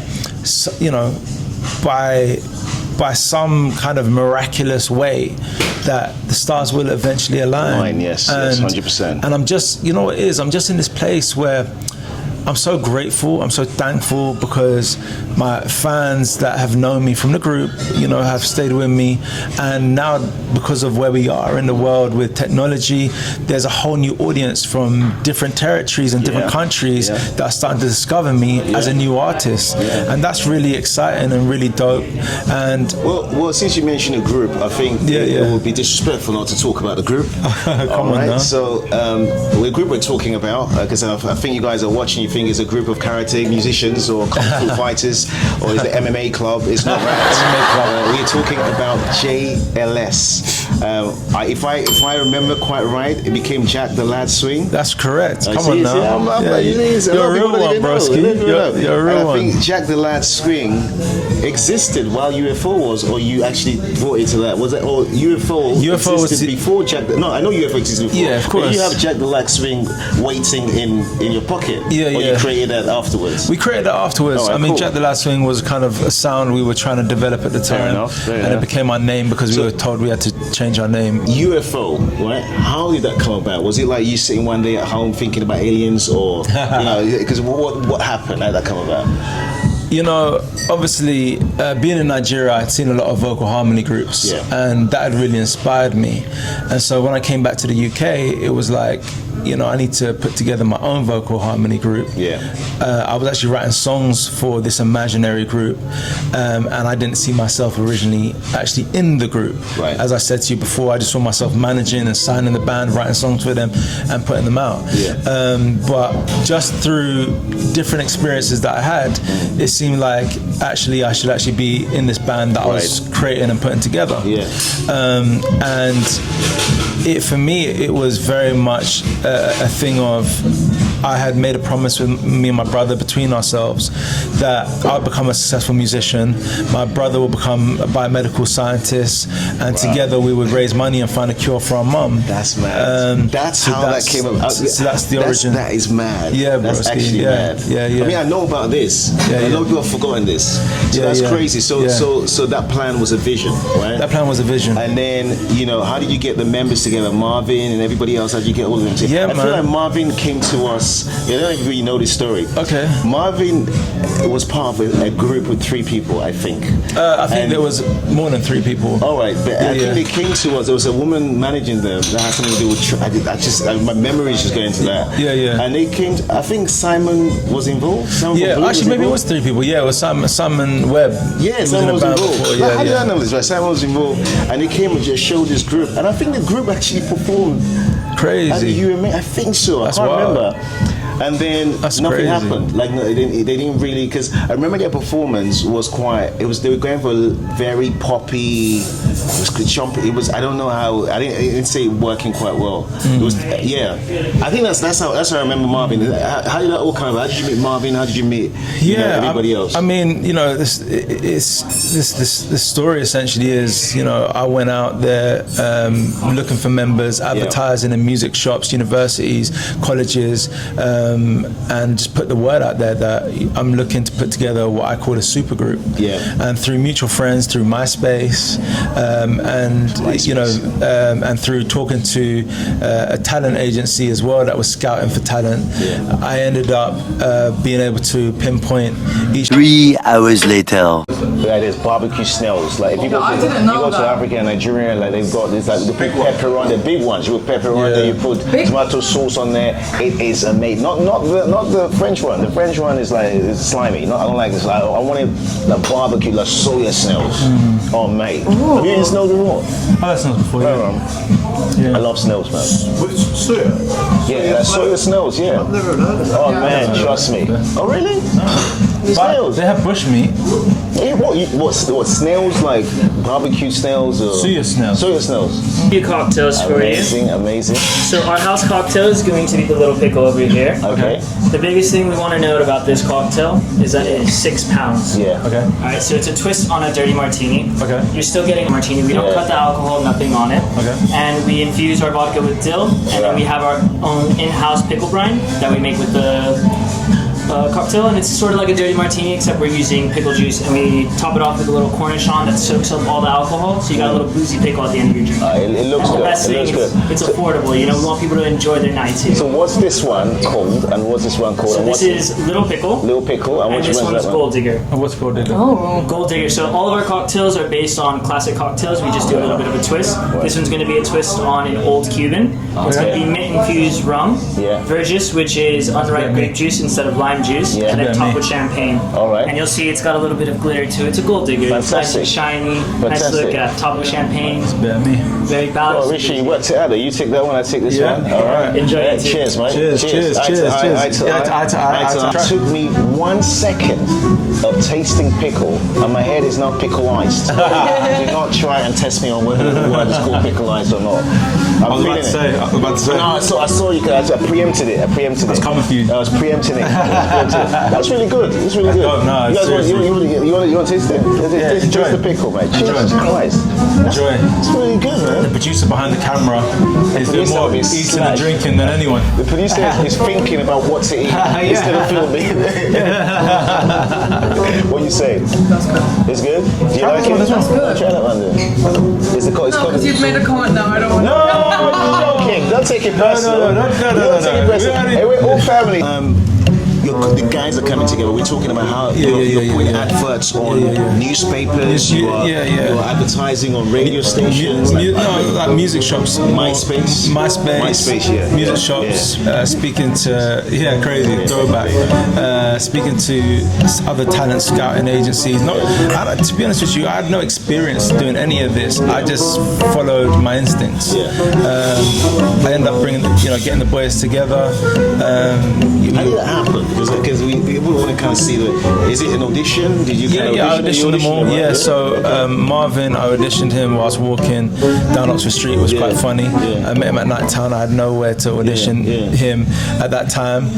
You said, Marvin, sing now. And he started singing, and I was like, yo, I can definitely hear this working.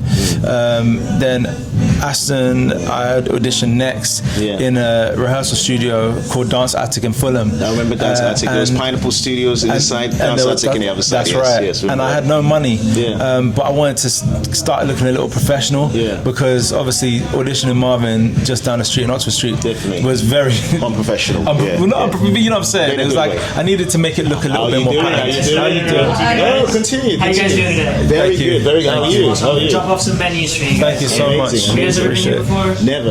Alright, so we just rebranded our concept. We're Mediterranean style. We do a sharing concept over here, so everything you see on the menu is intended to be shared. Oh, that's amazing. On the wine aspect, we do natural, organic, and biodynamic wines. Oh, wow. Quite an extensive list. So if you have any questions or want to try anything, my name's Anthony. Alright, so what she said, right? What would you suggest? Well, I suggest. Okay, have you guys ever had orange wine before? Never. No, so that's like a whole new thing, a new trend that's going on in London right now about orange wines popping up. It's basically when you're harvesting the wine, you're having more contact with the grape. That's crazy. And it creates this like orange hue to it. We have two on our list, so I can give you a taster. We want to do it. Let's do it. And then I think with the food as well, we'll let you decide. Yeah, because I think the chef said the grills. So it's an open fire. We don't use any gas in the kitchen. I love it. We all looked at each other That's where the fire comes. So the grill, the fish, the meat. Yeah, I got you. I'll give you those tasters first, and we'll go through the menu. Let's do it. Love it. Well, I think what he said is you don't have to go through the menu together. Just you do your thing. Just bring it out your thing. We're here. And every time food, I love food, man. Yeah, me too, bro. I love food too much. Look at me.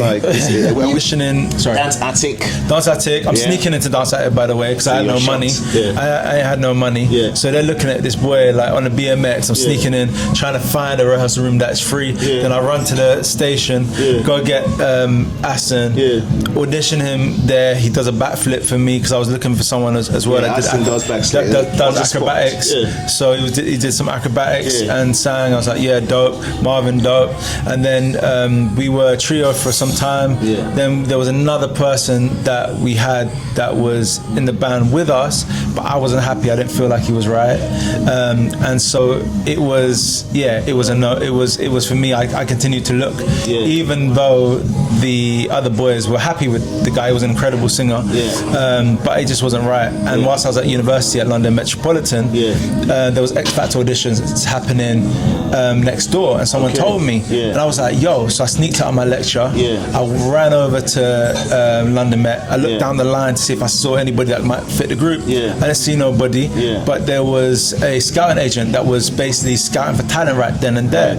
We got talking, and I told them that I was looking for another member for my group. They showed me actually, we're developing a few talent. I stopped. I said, who's that guy? And they said, a guy called JB. I said, okay. I said, so tell me about him. He said, he's got falsetto, really good falsetto, and he's a good writer and stuff like that. I said, man, make the link. They made the link through MySpace. MySpace again. Hit JB Tom. up. You know what I'm saying? Tom from MySpace. Where are you? Exactly. Remember Tom? And then JB pulled up to the dance attic once again. I snuck in, pretended like I had a professional situation when I really did not. By the way, JB them, they didn't know that you're not hired dance attic. No, they didn't know. None of them knew. They find out now. They found out now. Yeah. None of them knew. After several years. Trust me. So I auditioned JB, bad boy falsetto, and I saw him working perfectly in the the band, and every single time I brought in a new member of the band, on my computer at home, I'd line up their picture like next to each other to see if the formation looked right. And so there was a whole formula to it, and then boom, following week, I invited them all to meet at the studio together. So that's the first time they're meeting together. So this is all you're doing it separately. Yes. First time they're meeting. Well, are you sneaking into Dance Attic at I'm this time? sneaking again into Dance Attic. Dance Attic. If they still existed in Fulham, they'll be like, hey, you're enough peace. You gotta be a president. Yeah, they'll say, come on now. But yeah, that was crazy. So this time they all meet together. They meet together. Did they gel or did they get immediately gel? No, it was like it wasn't gel. No, it was magic immediately. Oh, it was magic. Immediately, like we started singing and harmonizing together, and immediately it was magic. And everyone's attitude and commitment to the group was there, and everyone, they just they thought I was some crazy guy. To be honest with you, they didn't understand. They were like, this guy, because they kept asking me questions. Tell me, think about it. Go back to it. How did you sell the concept to them? Like, obviously, I said to them, put together a supergroup. All right. They were like, what? Did you mention any names like Boys to Men, Take That? You just like supergroup? I said supergroup. Yeah. I said I'm putting together a supergroup. Yeah. And they didn't understand what it was, and they were just like, this guy. They always say like, Oritsé was so convincing. He's a crazy guy, but he was so convincing that we just jumped on in the car wherever it was going. We were happy to go on the ride. So now you've put together the group now. Yeah. You call them UFO. Yeah, UFO. They all agree with this name. They all agree with the name. Like, I don't know why. It was crazy, terrible name. But we agree with it. Yeah? I don't know why they agreed to it. So now, what's the next move? Now you've got a band, you've got a group. What's the next move? Are you trying to get signed? What's the next move? Yeah, just literally, basically at that particular time, trying to get in front of anybody we could that would hear us sing. Yeah. Trying to, get a professional situation, whether it's management, a label, something. We're there and we're trying to. Oh, it's just glasses. Come on Amazing. All right, so the first one I'm going to show you is from Australia. Bottega comes from Australia. Amazing. With New World wines, you're getting grapes harvested all around the world. Amazing. This one is going to be a bit more savory. When you're talking about orange wine, you're getting different flavor profiles than you typically expect from wine. This one, you're going to get some balsamic notes to it. Great. And you'll see it's a beautiful orange color as well. Wow. I've never seen one like that ever. That is different. That's wild. It's really nice. Well, let's try. Shall we do the whole? Yeah, do a little swirl, a little sniff. Bro, you need to crack my glass.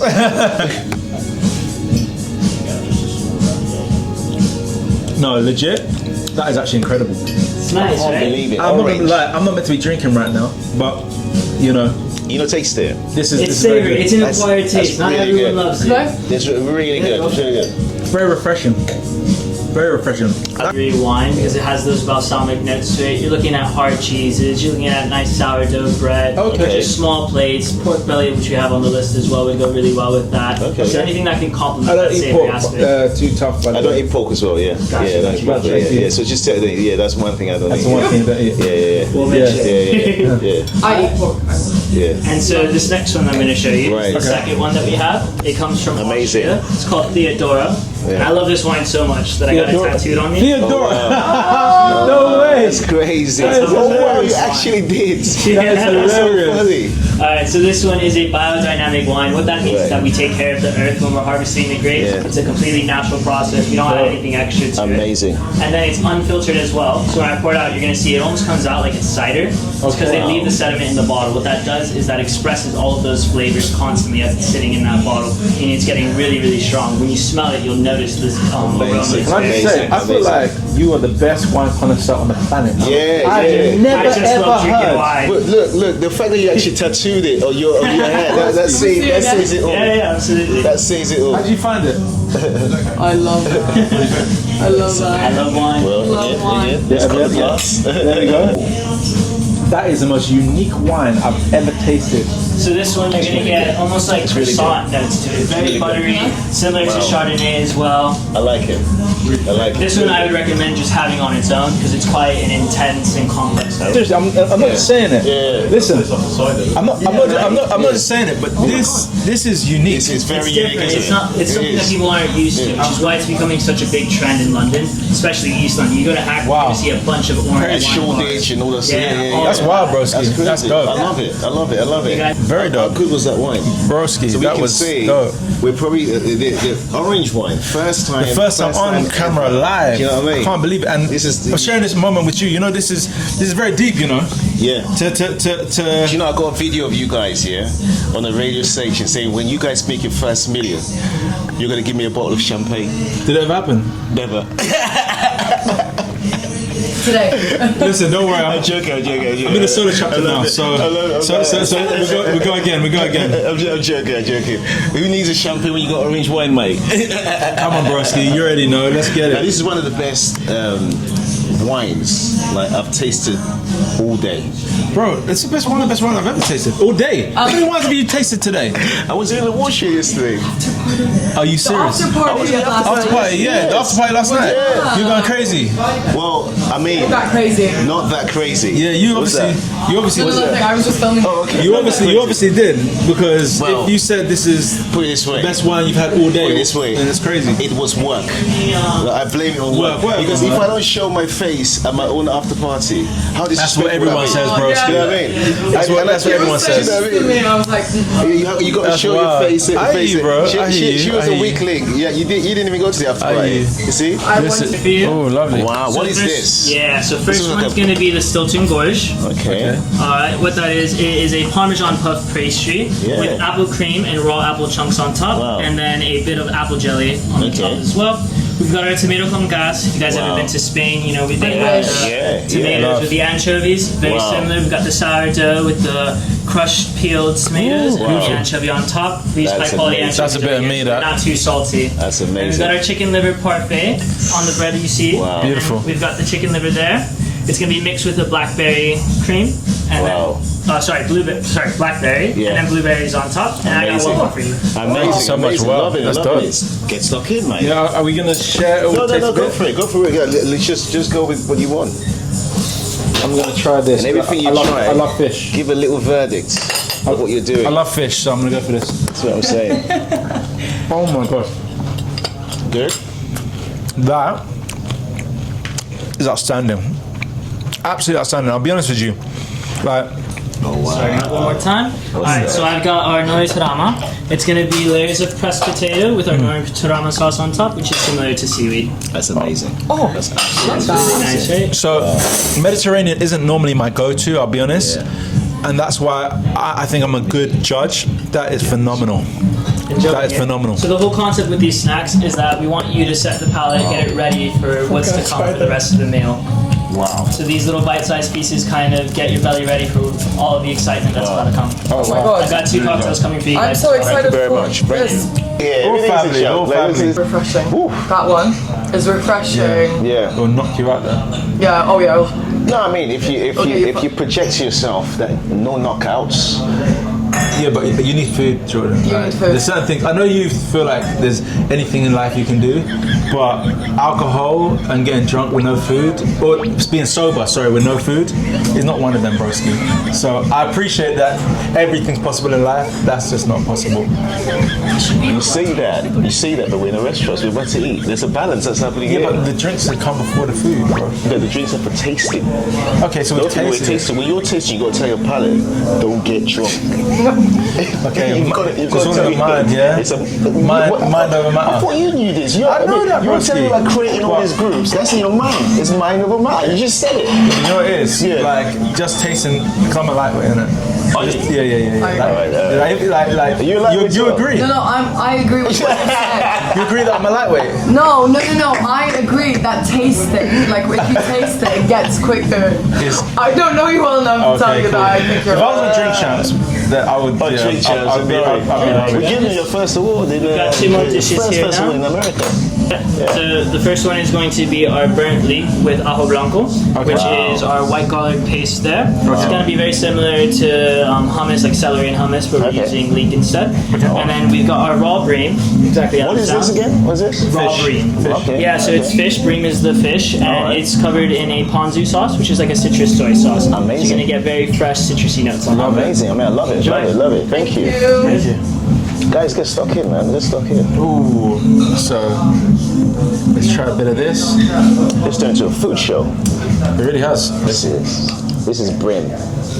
Yeah, raw fish. Fuck, he said. No, not like that. In this scenario. In that scenario. In privacy, swearing is fine. But in public. But it's when you're in public and you're not. What if you have Tourette's? Have you thought about that? That's what I was going to say. What if you had Tourette's? That's different. That's right. Is that when we're talking amongst ourselves, no problem. But I think when we're out there and there's people, right. I mean, look, to be honest, there's like older people. Too much. There's older people. You have to have a balance. You know what I'm saying? Yeah. You know, there's people that we don't know. Yeah. I just feel like we need to respect members of the public that they true. might not all be in line. I completely with, agree. do you know what I'm saying, certain ways that we might speak. No, kids. Don't swear in front older of your kids. people, all them things there. But let me ask you a question. What if your kid keeps saying Bumbleclad? Is that swearing? Yeah, it is actually. Don't. Bumbleclad, yeah. In Jamaican dialect. Is it? Jamaican dialect, yeah. You can't say that anymore. Well, you can't. Is that what Jordan Jr. saying? Jordan Jr. just at every point he would say Bumbleclad. He's not Jamaican. That's what everyone says. Yeah, but you know, I've heard he's not Jamaican. Yeah, but people don't know the meaning. Like, anyway, let's not even go there. Listen, put it this way: if I said words like that to my grandma, growing up with my grandma, who will tell you off. My grandma would do more than tell me off. Literally, get you well cleaned. She will take the soap, right, and make me wash out my mouth because you say your mouth too dirty. Do you know what I mean? She'll start going crazy like that. My grandma, when she was alive, oh my goodness, no, she wouldn't play games with stuff like that. Mad. That's actually mad. That's where I learned not to swear in front. So, at this stage now, we've come out of Attic Studio. They've accepted the name UFO. Yeah. There's no turning back. The group is well and truly on. You're going to find record deals. You're auditioning for everybody. What then happens? So, we, obviously, we spoke about it before earlier, but we get our first shot with the UMAs. Yeah, that was our first shot. First ever tour we done was with the UMAs. For us, that was very exciting. That was a nationwide tour. And it was really exciting. Sometimes it was very humbling. It was very character building. Sometimes that could have been a good documentary. We performed literally nowadays. If we had a camera on us, then oh my goodness. Sometimes we performed around one mic. I mean, 4 guys around one mic, but that taught us. Do you know what I mean? And then the little money that we'd earn along the way doing those shows. I remember we'd get back to the hotel, we'd be so excited to just divvy up. Do you know what I mean? The little money. Do you know what I'm saying? For us at the time was big because to get money to sing and perform, it was just crazy to us. And then obviously going on after auditioning and winning a place on the UMA tour, going on and then actually winning a UMA award. I'm actually remembering because I forgot all of this part that you actually went on. We got artists on tour without them actually winning. So just to kind of recap, there was the Urban Music Awards did a competition called we called it Britain's Next Urban Superstar. Now, then it was called the Best National and Sign Act. That's right. So we auditioned artists from all across the country. That's right. To win this opportunity. And then put them on tour. And halfway through it, we had a meeting. Ainsley, all of us in the room had a meeting, and we said, you know what? Why wait till we get the winner? Why not put the runner-ups on tour, right? So they can have a feeling about tour, earn some little money, go and perform in all these places, go to all these countries, touch hands, gain fan bases, and they've never done that before. It's crazy. So most of the artists that were performing, we were pairing people up with DJs. Ras Kwame was DJing in certain, I spoke to Ras earlier today. Ras was DJing in some of the locations as well. We had, it was exciting, right? So exciting. So exciting. And in the end, the public voted, right? You guys, UFO won. We won Best on Sign Act. It was the Urban Music Awards. Correct. It was at the Grand Connaught in Holborn. That's right. Which is not far from here. That's right. So, what did that day mean for you? Because I remember, 2 days after you guys came to our radio station, Invincible Radio, we had an interview. What did that mean for you guys? We still had the picture of us with the award. Mad. And I remember our different outfits were so colourful and out there. Do you remember what your audition was? Your audition was Shy. If I ever, that's right. The very first time that I saw your brown eyes, Your lips say hello, and I said hi. Yeah, so like literally, it was mad. Like for us, we were so excited. You can see the picture of the smile on our faces. We just felt like the first time we felt validated. Like actually, we got something. Do you know what I'm saying? And for us, it was like that award would. It would go from, because obviously it was one award and there was 4 guys. Yeah. So we had turns every week of keeping that award. It went to each of our houses every single week until Marvin kept it and never returned it. Come on, Marvin.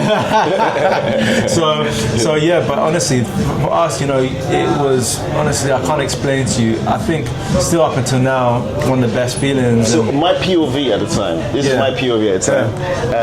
Because everybody had their own POV. My POV at the time is, I remember when you guys, so the competition, we'd already been holding auditions, right? Yeah. And I remember you guys walked into the office. Yeah. Right. It was the office we had, the Hackney office. Yes, the Hackney office was legendary. Correct. Because we had 3 floors. Yeah. One floor was for radio, like just radio station. One floor was TV, and the other floor was offices. Right? So you came upstairs to the office, and then you know you guys auditioned. You did the song. And we were nervous to meet you, by the way. Because like, don't get twisted. Jordan was like the big dog. Like, do you know what I mean? And you see this guy smiling now. He wasn't smiling then.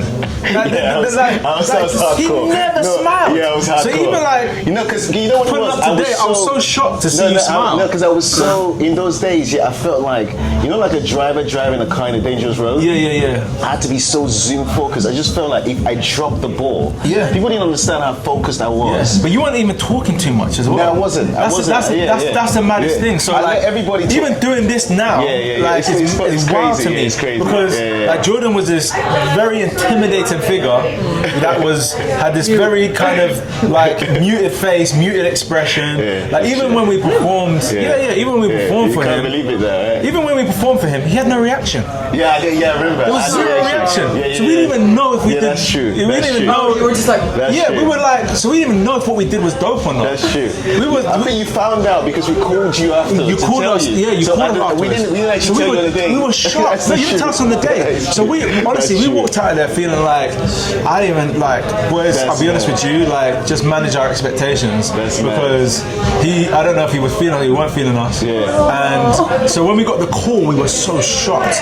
And from then on, we went straight into like we had no money to rehearse, but we were just like, right, we need to rehearse. We need to make sure that we do everything possible to kill it, because leading up to the audition to be have a chance at being the best on sign and also the tour.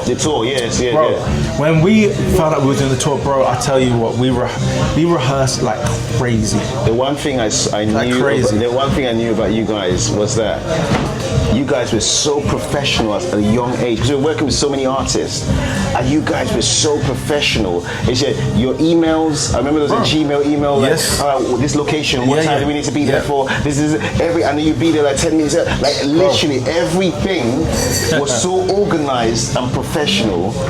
I don't think people understand it. That's why I say, like today, people don't understand this wordplay. And that wasn't managed by somebody else. That was you guys making sure everything was professional. I used to give the boys written schedules. Amazing. Thank you so much. Thank you so much. This fish? Do you like it? Wow. The brim's good. The brim's good. Brim's good. Yeah. I used to give the boys schedule. Yeah. The pepper. You used to give the boys. I used to give the boys. I used to give the boys schedules. For rehearsals, so that we were focused in the rehearsals. So it was mad. Honestly, like. So then obviously, so we did you guys did that. You won. I remember last I've actually got a picture. It was myself and Alita.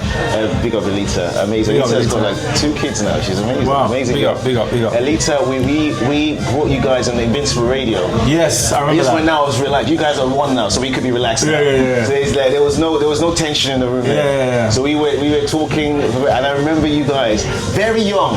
Like if you see that, I still got the picture. Everybody looks so young. Crazy. Right? And we were actually drinking the champagne. Wow. Yeah, we were actually drinking. Wow. On radio. This is before Drink Champs. Wow. And we're talking live, and we were saying, it's funny that interview came to pass. It was like, what happens from here? And you see how you said you're going to bring your super group? You say, world domination. You're going to be super group. We're going to be extremely successful. This is it. And I said it live on air. I said, you guys are going to be so successful. And it happened. You were one of the first people to ever believe in us, bro. 100%. And when you guys did the X Factor, I remember at the time we were getting calls from all the newspapers, right? And they were calling us, and they were like, "They came to you guys, say a call." I said no. So because they wanted a story, they wanted something, they wanted, I said no, because anything you say could be used, of course, in different ways. Someone could do an article and then it changes people's public perception of an artist. So I was like, no comment. And when you guys went through to that level where you are now signed, the last time I saw you guys was in a club called Crystal. And after that period, it just took off. So what happened then? So now you get signed. What happened then? Yeah, I mean, we go through the X Factor process. Yeah. There was no guarantee record deal for the winner. Only the runner-up. For the runner-up, there was only a guaranteed record deal for the winner. Who was the winner? Alexandra Burke. Yeah, incredible. She just won at the National Film Awards last month. Did. Absolutely. Yeah, so she was the winner. Incredible. And then you guys were runner-up. Yeah. But you guys got a deal. You got a management deal with Modest. That's right. And then we got a record deal with Sony Epic. Nick Raphael and Joe Charrington. Okay. How long was the deal? Was it like a long-term deal? Or? Yeah, it was over quite a few years. And obviously every year it was like album, single, or 3 singles, tour, like, and we kept on building. Take me through that. You put this because I feel like we had a management deal. I feel like the winner of the competition had a management deal, and then we just never looked at that deal anymore. He's laughing. I feel like we never looked at that deal. Sorry, Jordan. But you know the funniest thing is there's so many artists that we've signed contracts with, and they've blown up, and I've just left it. No, because what's the point? Why would you? And that's why I see American labels. They hold on to contracts. I don't really care. For me, so many people we sign all these management deals with, right? Record deals with, and when they blow up, they're like, "Oh, we're not talking about that anymore." And so people pursue like, I'm like, "What are you pursuing?" I don't really care. I wasn't aware of any deal. Look at this guy. But the whole idea of the competition was to sign a deal. This is my Nigerian side. Exactly. That's but the reality is I didn't really care. For me, the whole idea was I wanted the people to make it. Yeah. Whoever was signing them, there was a contract. I guarantee you. UFO. That's why they changed the name. You see? That's why Simon changed it. That's why Simon made us change it. Simon probably saw that. You know I know Simon saw that. I was managing his brother then. Oh, was it Tony? Yes. Oh. So I know that. But for me, Simon's a clever guy, isn't it? Very clever guy. But the thing is, for me, I was happy. Yeah. Because the end goal was that you want the people to be. What's the point if the person is successful? What's the point signing somebody else? Are they not successful yet? You want the person to be successful. True. So you guys do Modest. You got Sony Epic. First single, Beat Again. Number 1. Do it. You want to say something? Should I turn the camera to you? All right, go on then. Hey guys, I have a confession to make. Go on then. So. She was in the video. No, she wasn't. Basically, Beat Again, JLS, may or may not have gotten me through my first heartbreak. Oh wow! But it's the power of music. It's the power of music. Wow, may or may not have. I hope it did help. Can you be honest? Okay, honestly, guys, it did. But while I was listening to it, it wasn't your usual breakup song. Being like, oh my god, like I miss him. It was almost like me plotting my revenge, being like, he's gonna feel this way, and he's gonna come back to me. And your heart definitely beats again. And he was. That's crazy. Alright, so I can do that there. Beat Again comes out. Inspires a lot of people, right? Like, for you, how did you feel when you charted? Oh my gosh. Because back in the day, now people can How chart did I left, right, feel? center. Charting in those days. Bro, well, I mean, when it still had a number one, it was difficult. Charting those days was hardcore. Yeah, bro. How did you feel? It was just all the validation that everything that I dreamed of, everything I visualized, the band that I put together when nobody believed, like it all was like, wow, Oritsé, like this is happening. Like, you know, this wasn't a wasted dream. This wasn't a wasted vision. And for me, the first thing was calling my mum and just going, Mum, look what's happening. Like, and you know, my family being a part of that celebration, and the boys entrusting me with this, you know what I'm saying, with their time and talents, and just like because you were the push, you were the leader, but you were pushing everybody.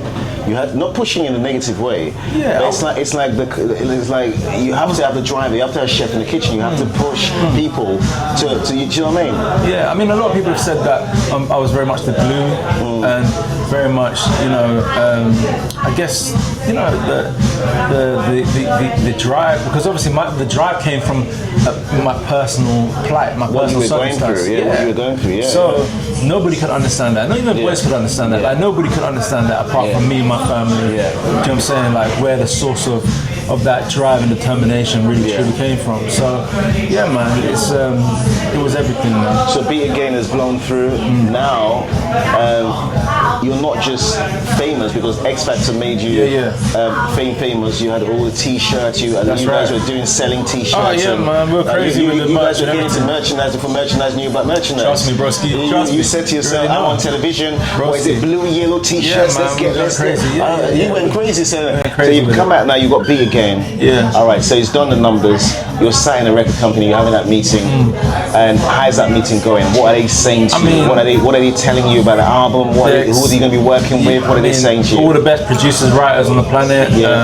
You know, now we're talking about the Swedish guys. Yeah, but obviously the first single was written by Wayne Hector, produced by Steve Mack.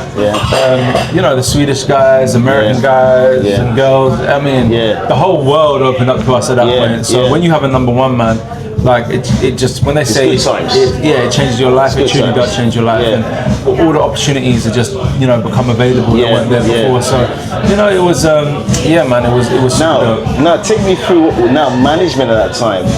Are they seeing these opportunities and calculating future-wise, or are they seeing these opportunities and just responding? Rich and Harry. Honestly, without them, I can't. So they are activating other opportunities for you guys at the same time as well. Yeah, absolutely. Sony Epic is activating opportunities. Absolutely. You have a big single. What's the next move? Quality Records, and continuing to have the finger on the pulse and build the fan base and show up when we need to show up and be present and just keep on building, you know. And I feel like, you know, for any artists out there, hard work. There's no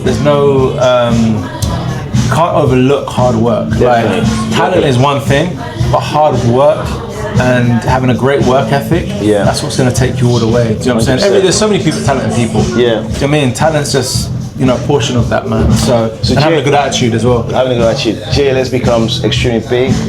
The whole of the UK, Europe, you know, hitting America. Like, it was a massive phenomenon. You've got all the, you know, fans, like literally, you build a community. They are going crazy. The One Direction crying, you know, before crying of One Direction became a thing, they are going mad. Every time you walk out, you don't even need to sing anymore. You take the mic and just give it to them and say, guys, just sing the song, I'll get paid. And then you take it back and sing it. After all this is happening, what are you thinking? Are you still strategizing your next vocab? You see, I took a pause though. Vocab. I took a pause and I came back. You paused and pulled up. And then came back. And then came back again. Reverse the car and then accelerate. But you can't just drive the car straight forward. You're gonna have an accident. You've got to reverse it and then change the gear. I hear it, bro. Put it on and then come back. I hear it, my bro. Yeah, you know what I'm saying? So being strategic, but always also staying in the. You know what I'm saying? Staying in it. Like, you know what I'm saying, staying committed. So, you know, and just going all the way with it. So it was. Yeah, I mean, it was an amazing journey, an amazing ride. We still tour whenever let's not just blanket as amazing jet. You guys achieved a lot of massive things. I mean, because I always think, No, if you want to be humble, I'll do it for you. I always think, right, you have to super pat yourself on the back, because then life just seems like a whole bunch of things. Hey, wow. This is great. Oh, wow. It's very good. Very good. We're liking it. We're loving it so far. Well, so what is this? So this is the already famous, actually, brie tortelloni. Yeah. Okay. We smoke the brie overnight in a smoking machine. Wow. Then we fill the pasta. On the bottom there is some flame chard. Okay. Cook on the grill. And then to finish we have a lovely Parmesan foam. Ooh. Wow. With all the Parmesan. Wow, look at that. I've never seen anything like that ever. That's brilliant. That is Wow. A bit of cream. That's dope. Man, it's like clouds. That's brilliant. I'm Beautiful. loving it. I'm loving it. I'm loving it. I love that. That's good. And you make Loving it. It's good. Here, I've got Oh, the wow. tomato and olives. Okay. And then the broccoli and capers. Yeah, I'm just gonna take that And out. then we've got our Put it chicken here. and vine leaves. Oh, fantastic. sure. Oh wow. So we're using again nearly the whole bird. Yeah. We're saving the leg and the breast. Yeah. And from all the trimmings we make the jus. Okay. We make the stock, reduce the stock. We finish with a bit of caper and parsley for extra flavor. Okay. And then you have the grilled vine leaf as well. Amazing. Brilliant. I mean, I'm Now I'm excited. getting ready to talk. I'm excited, mate. This is good. Get the knife and forks out. Let's do it. Thank you. Thank you. Thank you so much. Thank you. Come and join. Yeah. Come, Yes, get no involved. Get problem. involved. Come on. Right, I'm gonna set this up is it. so I can see you both. Yes. Yes. Yes. Hold on now. Enjoy, guys. This is you. very Should I good. bring you Very some good. water? Maybe some wine. Wine, We'll do, yeah? send me some wine. White, Yes, red, yes, orange. There's some water for sure. rosé. or maybe orange. Yeah. Orange, Yeah. which well, Come in. It's my fault. Language, baby, it's on the chain. You already know. Let's get it. Come on now. We're not there yet. We're not there yet. Sorry. We're not there yet. No. This is testing. This is. Maybe you talk about French language, English, je ne parle pas français, tu parles français, oui ou non, tu parles français aussi, non, boy. non. Bad boy things. So JLS has done extreme numbers. The JLS has done well. You're successful. You guys decide like we have to call it out. Yeah. Do you know what pissed me off? I'm not gonna lie. Come on now. Talk to me. God be Talk to my me. witness. I'm Talk to me. landing in London. Yeah. God be my witness, yeah. The whole of this journey, JLS has they've been killing it, right? I look at the Sun newspaper, right, front cover, and it says, JLS, have decided to quit, right? And on it said, the band who made their first thing doing the urban musicals, this is after like years.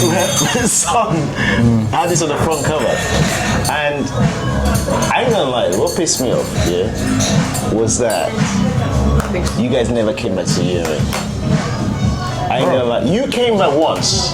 I came back. Right? You came to the office once. Yeah. After you guys were successful, you came over a group, right? But did I get invited after? And the group. No. What was my invite? We're inviting you every year. And Right, I never every got no year. invite. Well, I've still got emails. The office is pissed. Your management. Every year. Yeah, but why you? Richie, let's be real. You're getting hated on here. Every year, the whole office will tell you this. The office was pissed because all of them they spoil you guys like crazy. So when you guys, that kind of like the office is rooting for you. You know our team. You saw our team yesterday, right? Everyone's rooting for you, and that core team was like UMA team is different. You know how they go hard, and they're like, yo, that's our people, that's our family. And every year, and then when you guys done the mobiles, and don't forget, I love the mobiles. This is one this has been a misunderstanding for years. I will never hate another company, right? I don't compete with nobody. So I actually love the mobiles, right? People don't understand that. I love Channel U, I loved, SBTV and all that sort of stuff. So, but I saw you guys show up for the mobiles, right? And nobody came back to the UMAs, right?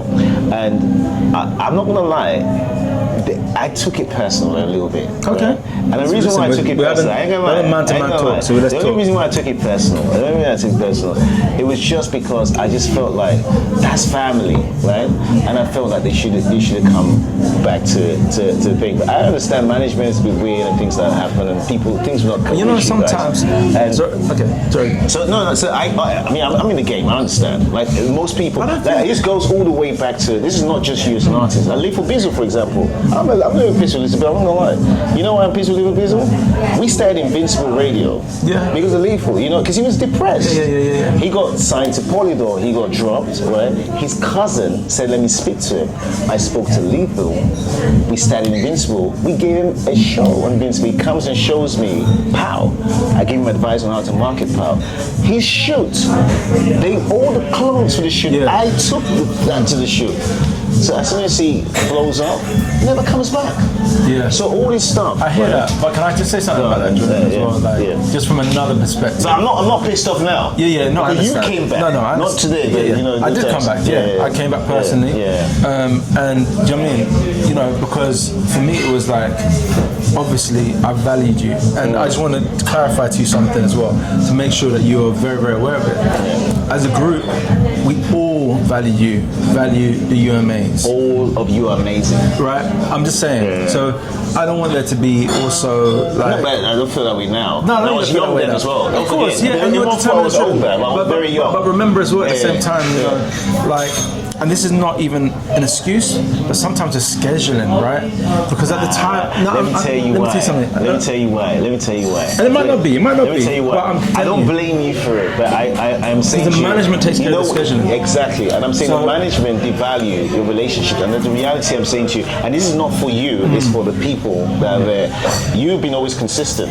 I'm talking about a group. I've met the members in different places. Okay. I went with me, and we're like, it's love, man. I met JB. In a random like food farm-based event, Okay. and we just killed it. We're like, what?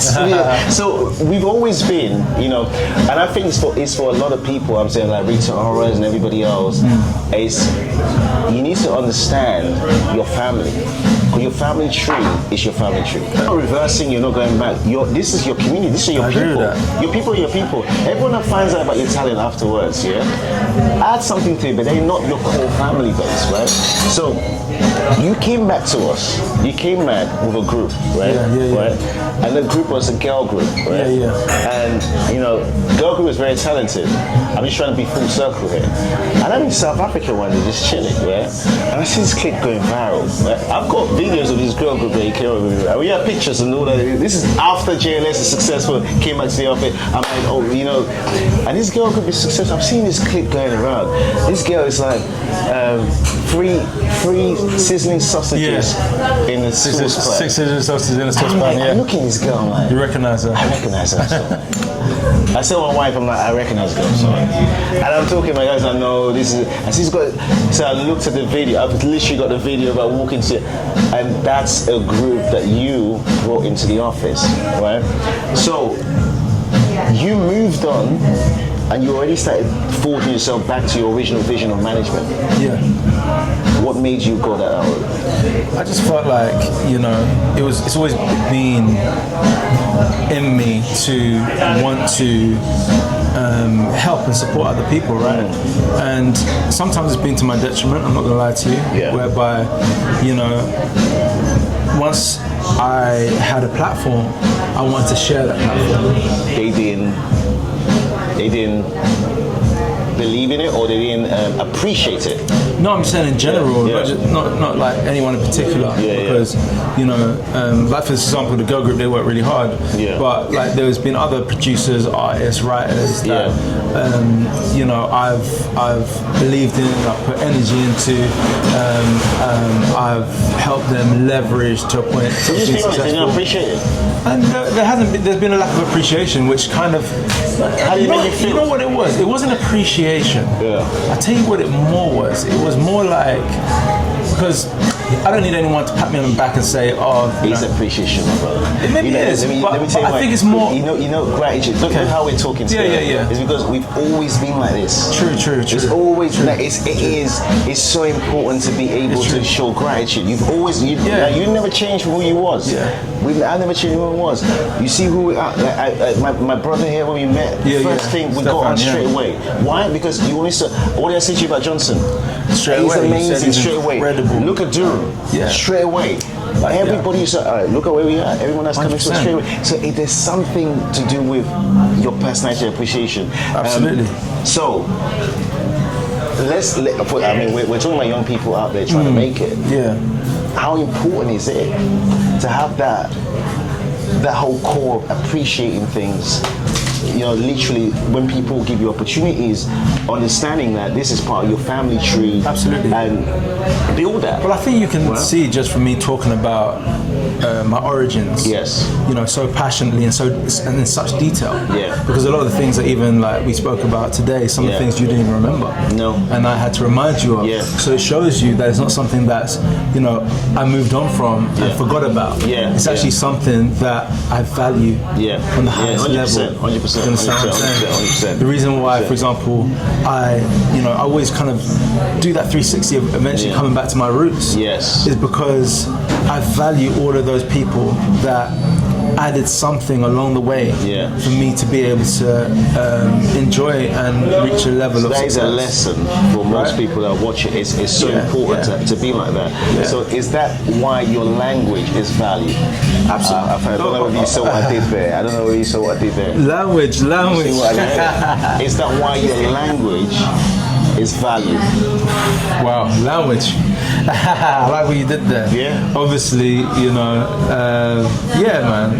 And obviously people are watching and thinking, what am I talking about language? I'm not talking about French, English, or I'm talking about your single is called Language. And that's why you got a chain called Language, because you're not messing about, right? Yeah. Well, my wife made me this. It was for the music video. You got to say the wife's name or why she made it. Obviously, Kat. Got some dessert here for you. Amazing. The first one is going to be our chocolate and blueberry. You'll see some dark chocolate mousse with a dark chocolate crumble and some jasmine jellies. Amazing. And then we've got our grilled croissant tiramisu. The croissant comes from Baker and Deli, which is another one of our sister venues. Wow. Okay. And then you're going to have a tiramisu cream on top. Amazing. Wow. Thank you very much. Thank you so much. Thank you.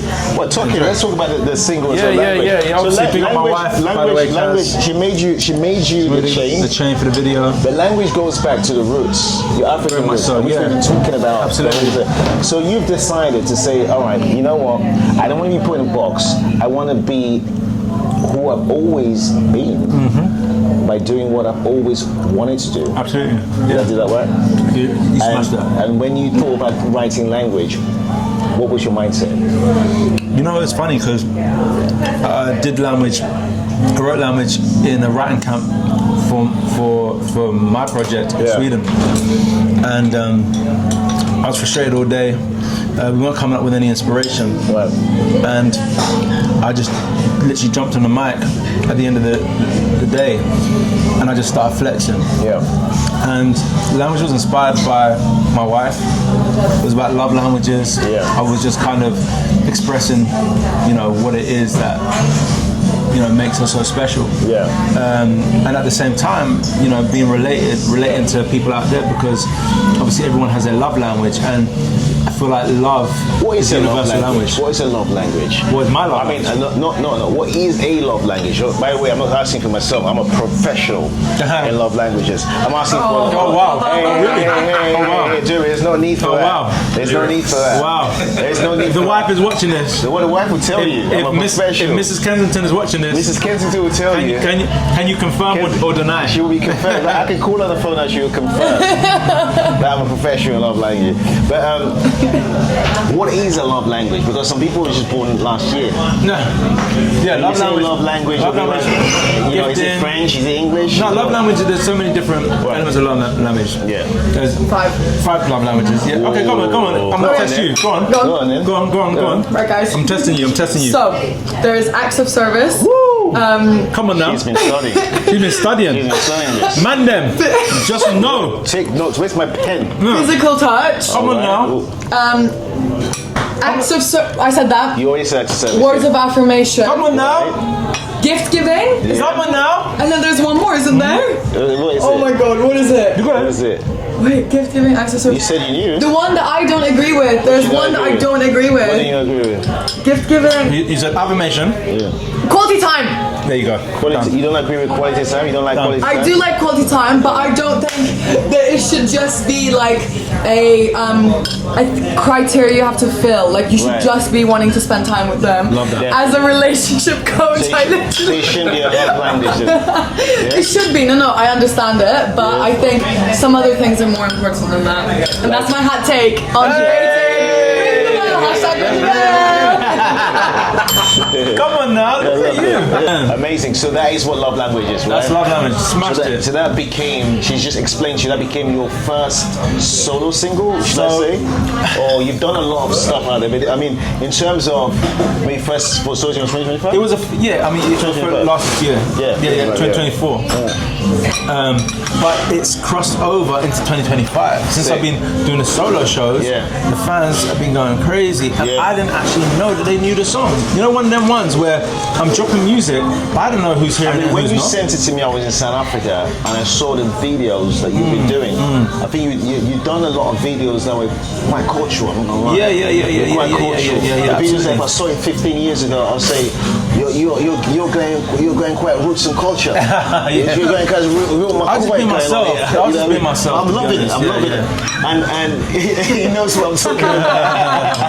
You can just hear the little weave. Yeah, she knows. He knows. But honestly, it's so good to see people just expressing themselves and just being like, it's amazing, because it feels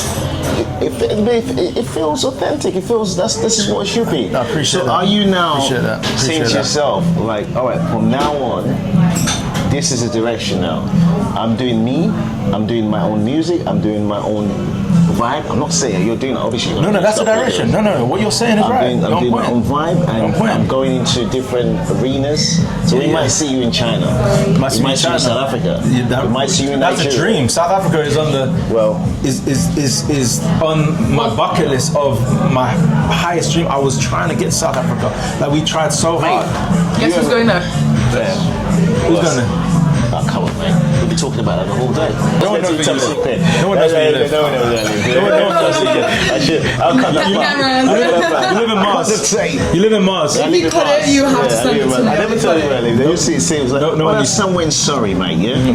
That's 9 hectares in Surrey, right? Like, where are you for the rest of the year? I'm hiding in Surrey, okay? I'm not. But yeah, so the single's out now, all stores. But I feel like it's more than a single. Yeah. I think this is a chance for you to proclaim a new position in the industry, which is you're in command of your future. Yeah. Because I feel like African artists are different. The reason why they're different is that they don't really listen to the bricks and mortar of the industry. They make the industry. A Diamond Platinum doesn't care whether he's successful in the UK. Yeah, trust. He is extremely successful. Yeah, absolutely. Like, extremely successful. I know. Right? Diamond's crazy with it. Do you understand what I'm saying? Yeah. And he came here last, and nobody knew who he was. He didn't really care. He was walking down the road in a shop because he's set a path. So is that where you're going? Because I could feel like this is a deja vu moment. Yeah. I feel like I'm sat on this chair right now. I feel like I'm a good luck strategy, right? I'm sat on this chair right now. You are. In 7 months' time, Oritsé is the #1 artist in the world. Wow. I'll be calling Oritsé. He's like, I'm too busy. I'm really sorry. I'm really busy. Bro, have I ever? No, Broski. It's never happened. It's okay. He's always on camera. Look. Oh my gosh. I'm happy. This 7 months time though. I'm going to film it as well. So we have it. 7 months time. Wait. Oritsé is the biggest artist in the world. Something's happened. It's gone viral. And Oritsé is the biggest artist in the world. He's too busy. Did you see what I said? The schedule is too crazy right now. Everybody wants to left and say, he's in CNN. He's like, oh my days, the single's just gone mad. People are doing crazy dances on TikTok. He's getting bookings left, right, and center. I'm like, Oritsé, remember that conversation we had in that restaurant? It's like, Jordan, I'll speak to you 7 years time. No way. Jordan, no way. In a good way. No, in a good way. I hear you. But that's me predicting good things. Don't bash the prediction. I'm not. Just let it happen. I'm not. Let it happen.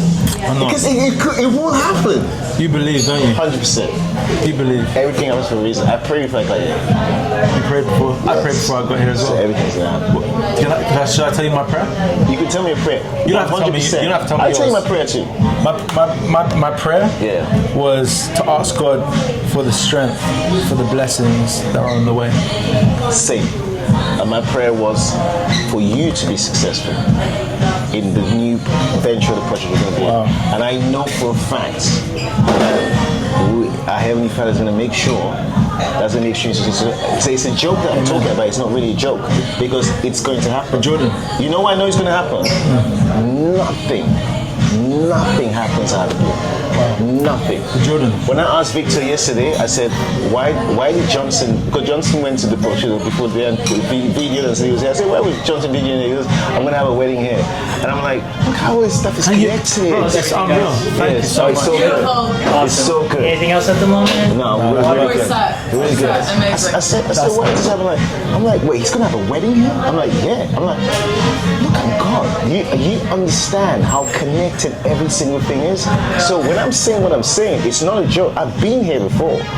Not just you, but so many people. You say, because you prayed and the intention comes from a good place. There's a love thy neighbors like you love yourself. That means pray for thy neighbors to be extremely successful. And can I say, like, you know, in the pursuit of success, in the pursuit of, it's not only success. For me, it's about attaining a place where I can live my truth, and in, you know, whatever God's got planned for me, I want to even do more giving back, and that's what I'm passionate about.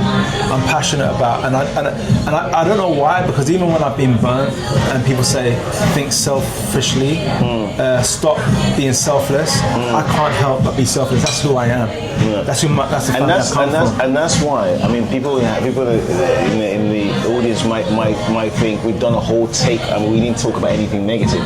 The reason why I didn't bring anything negative was because when you say, when I mean, Bernard, I said this to Johnson is your manager, by the way. I said this to Johnson, I said, anything negative that happens in people's lives is the devil trying to derail God's plans.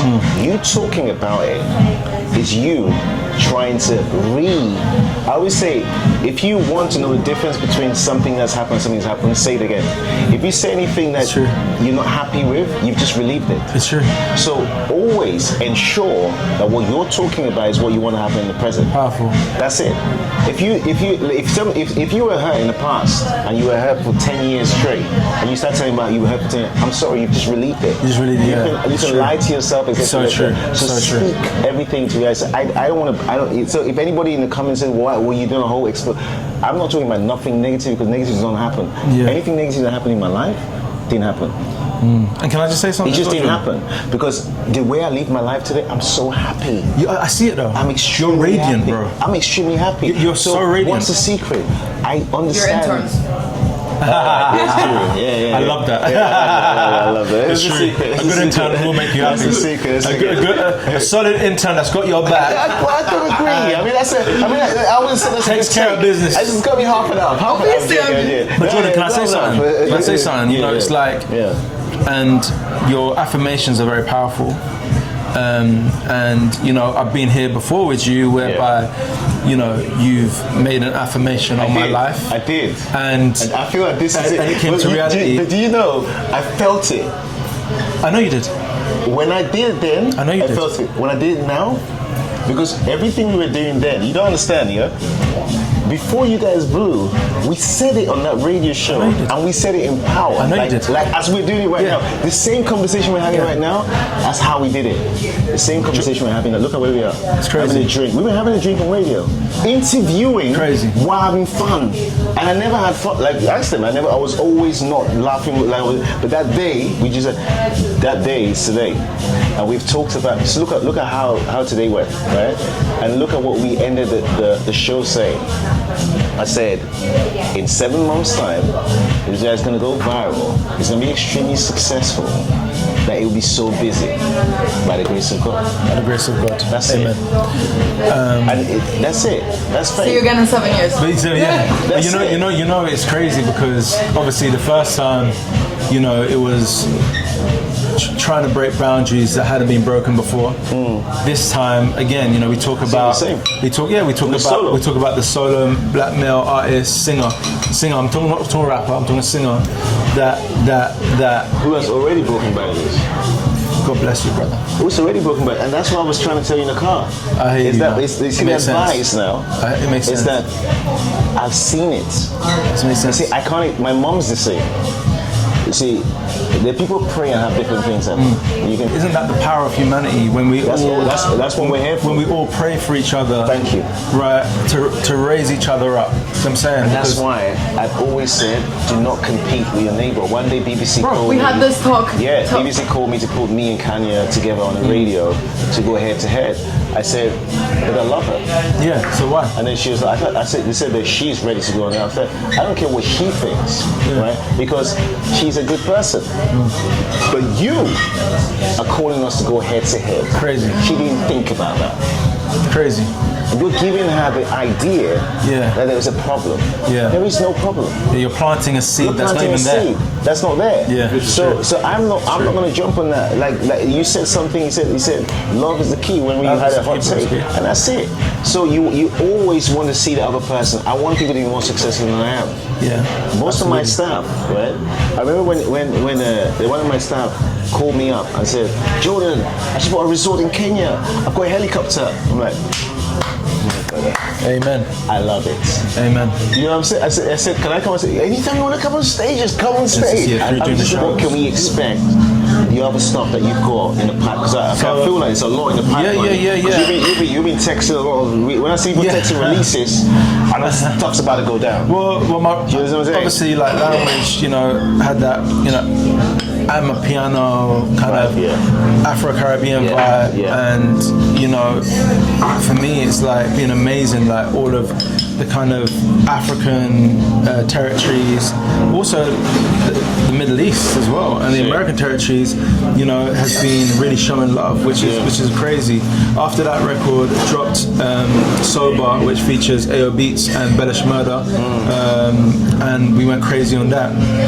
And then now, I've got a lot of anxiety, to be honest with you, because every time I'm about to release a record, so much I put everything into it, man. It's a very emotional process for me. Why didn't you change that?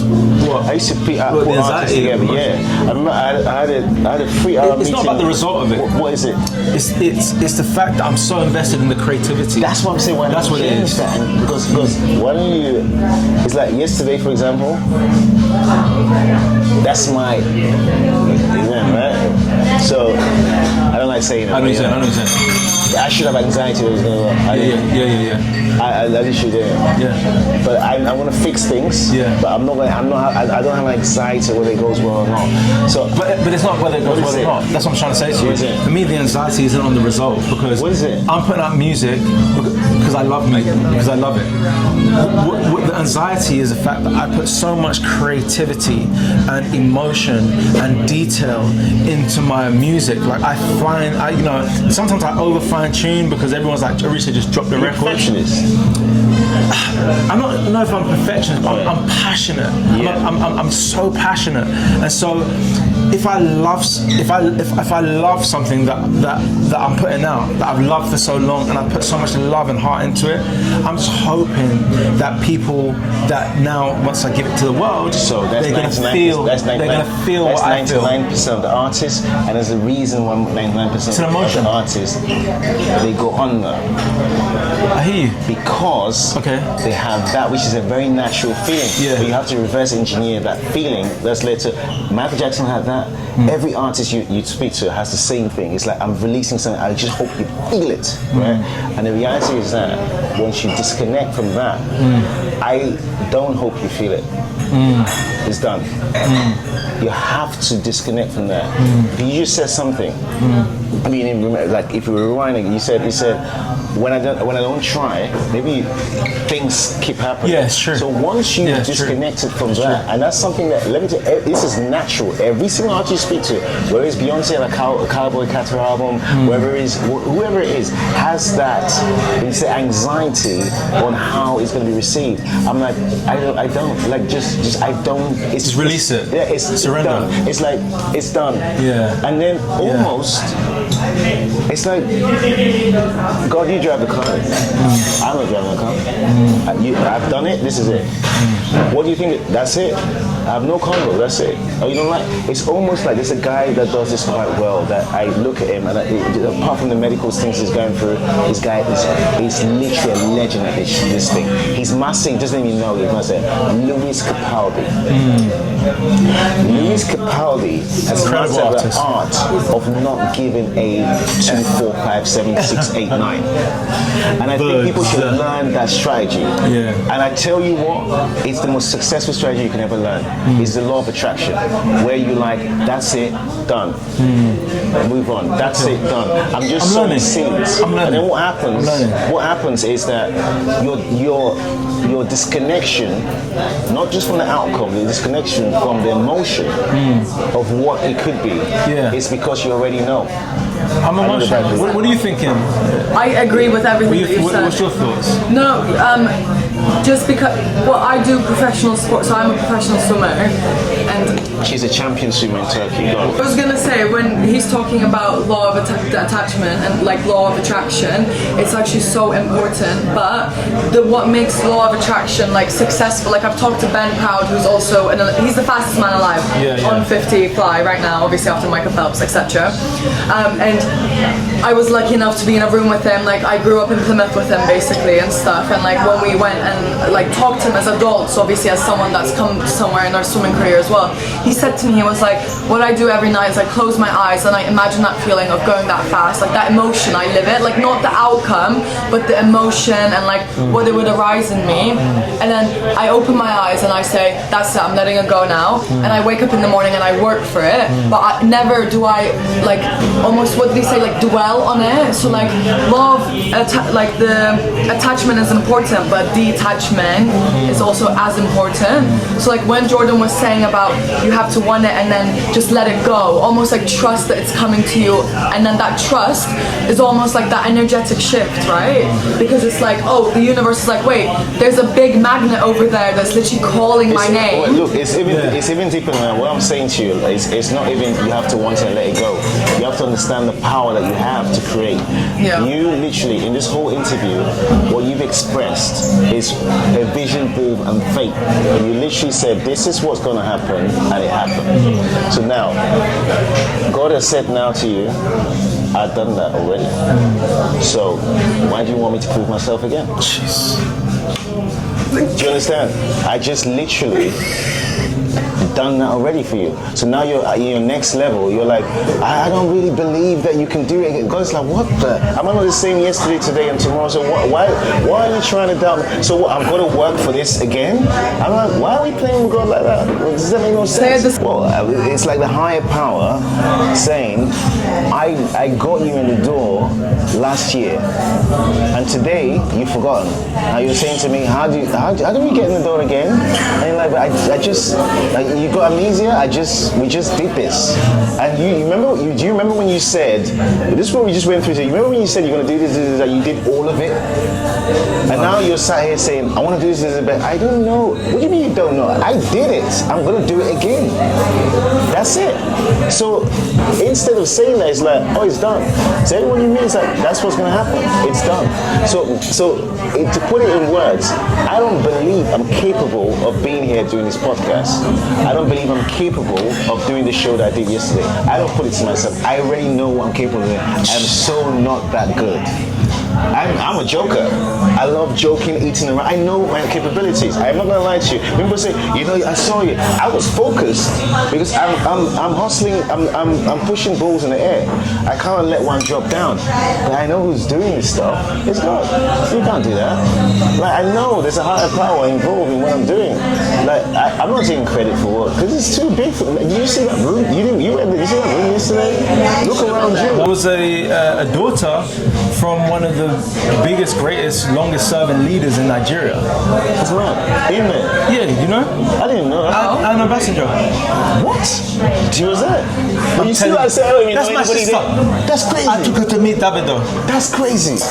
But can you imagine outside there? I don't even know. That's what you say. Do you know them? They're on my list. When I said to my manager Johnson who she is, he said, "Walai." Because he's a real Niger man. So he said, "What?" That's mad. I said, "Bro," I said, 5%. I said, "Bro, I'm telling you, like, there's a lot of people in this room. That's mad. Her right there, she's power. So imagine what you said, what you just said, yeah? And imagine what I'm saying to you. How is that me? I don't even, that's my event he's talking about. I don't even know this person that was this powerful in the event. The longest reigning leader of Nigeria, daughter, was there. How do we not know this, Jordan? Exactly. That's why I say it can't be you.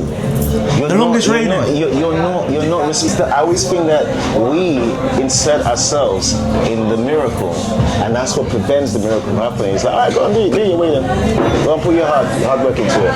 And I'm hearing what you're saying. Yeah. I'm embracing what you're saying, and I feel like in this next chapter of my journey, it's about just surrendering to the universe, surrendering to the higher powers, letting go, creating, and just letting it, and just giving the music, and just that's it, and just keep on creating. Come on now. Yes. Hashtag debated. There you go. All that behaviour. Come on. That was episode 2 of Debated with Jordan Kensington. Special thanks to our guest, Oritsé Williams, and until our next ride, feel free to follow at Debated Show on all platforms. Like, subscribe, comment, share, and tell a friend to tell a friend.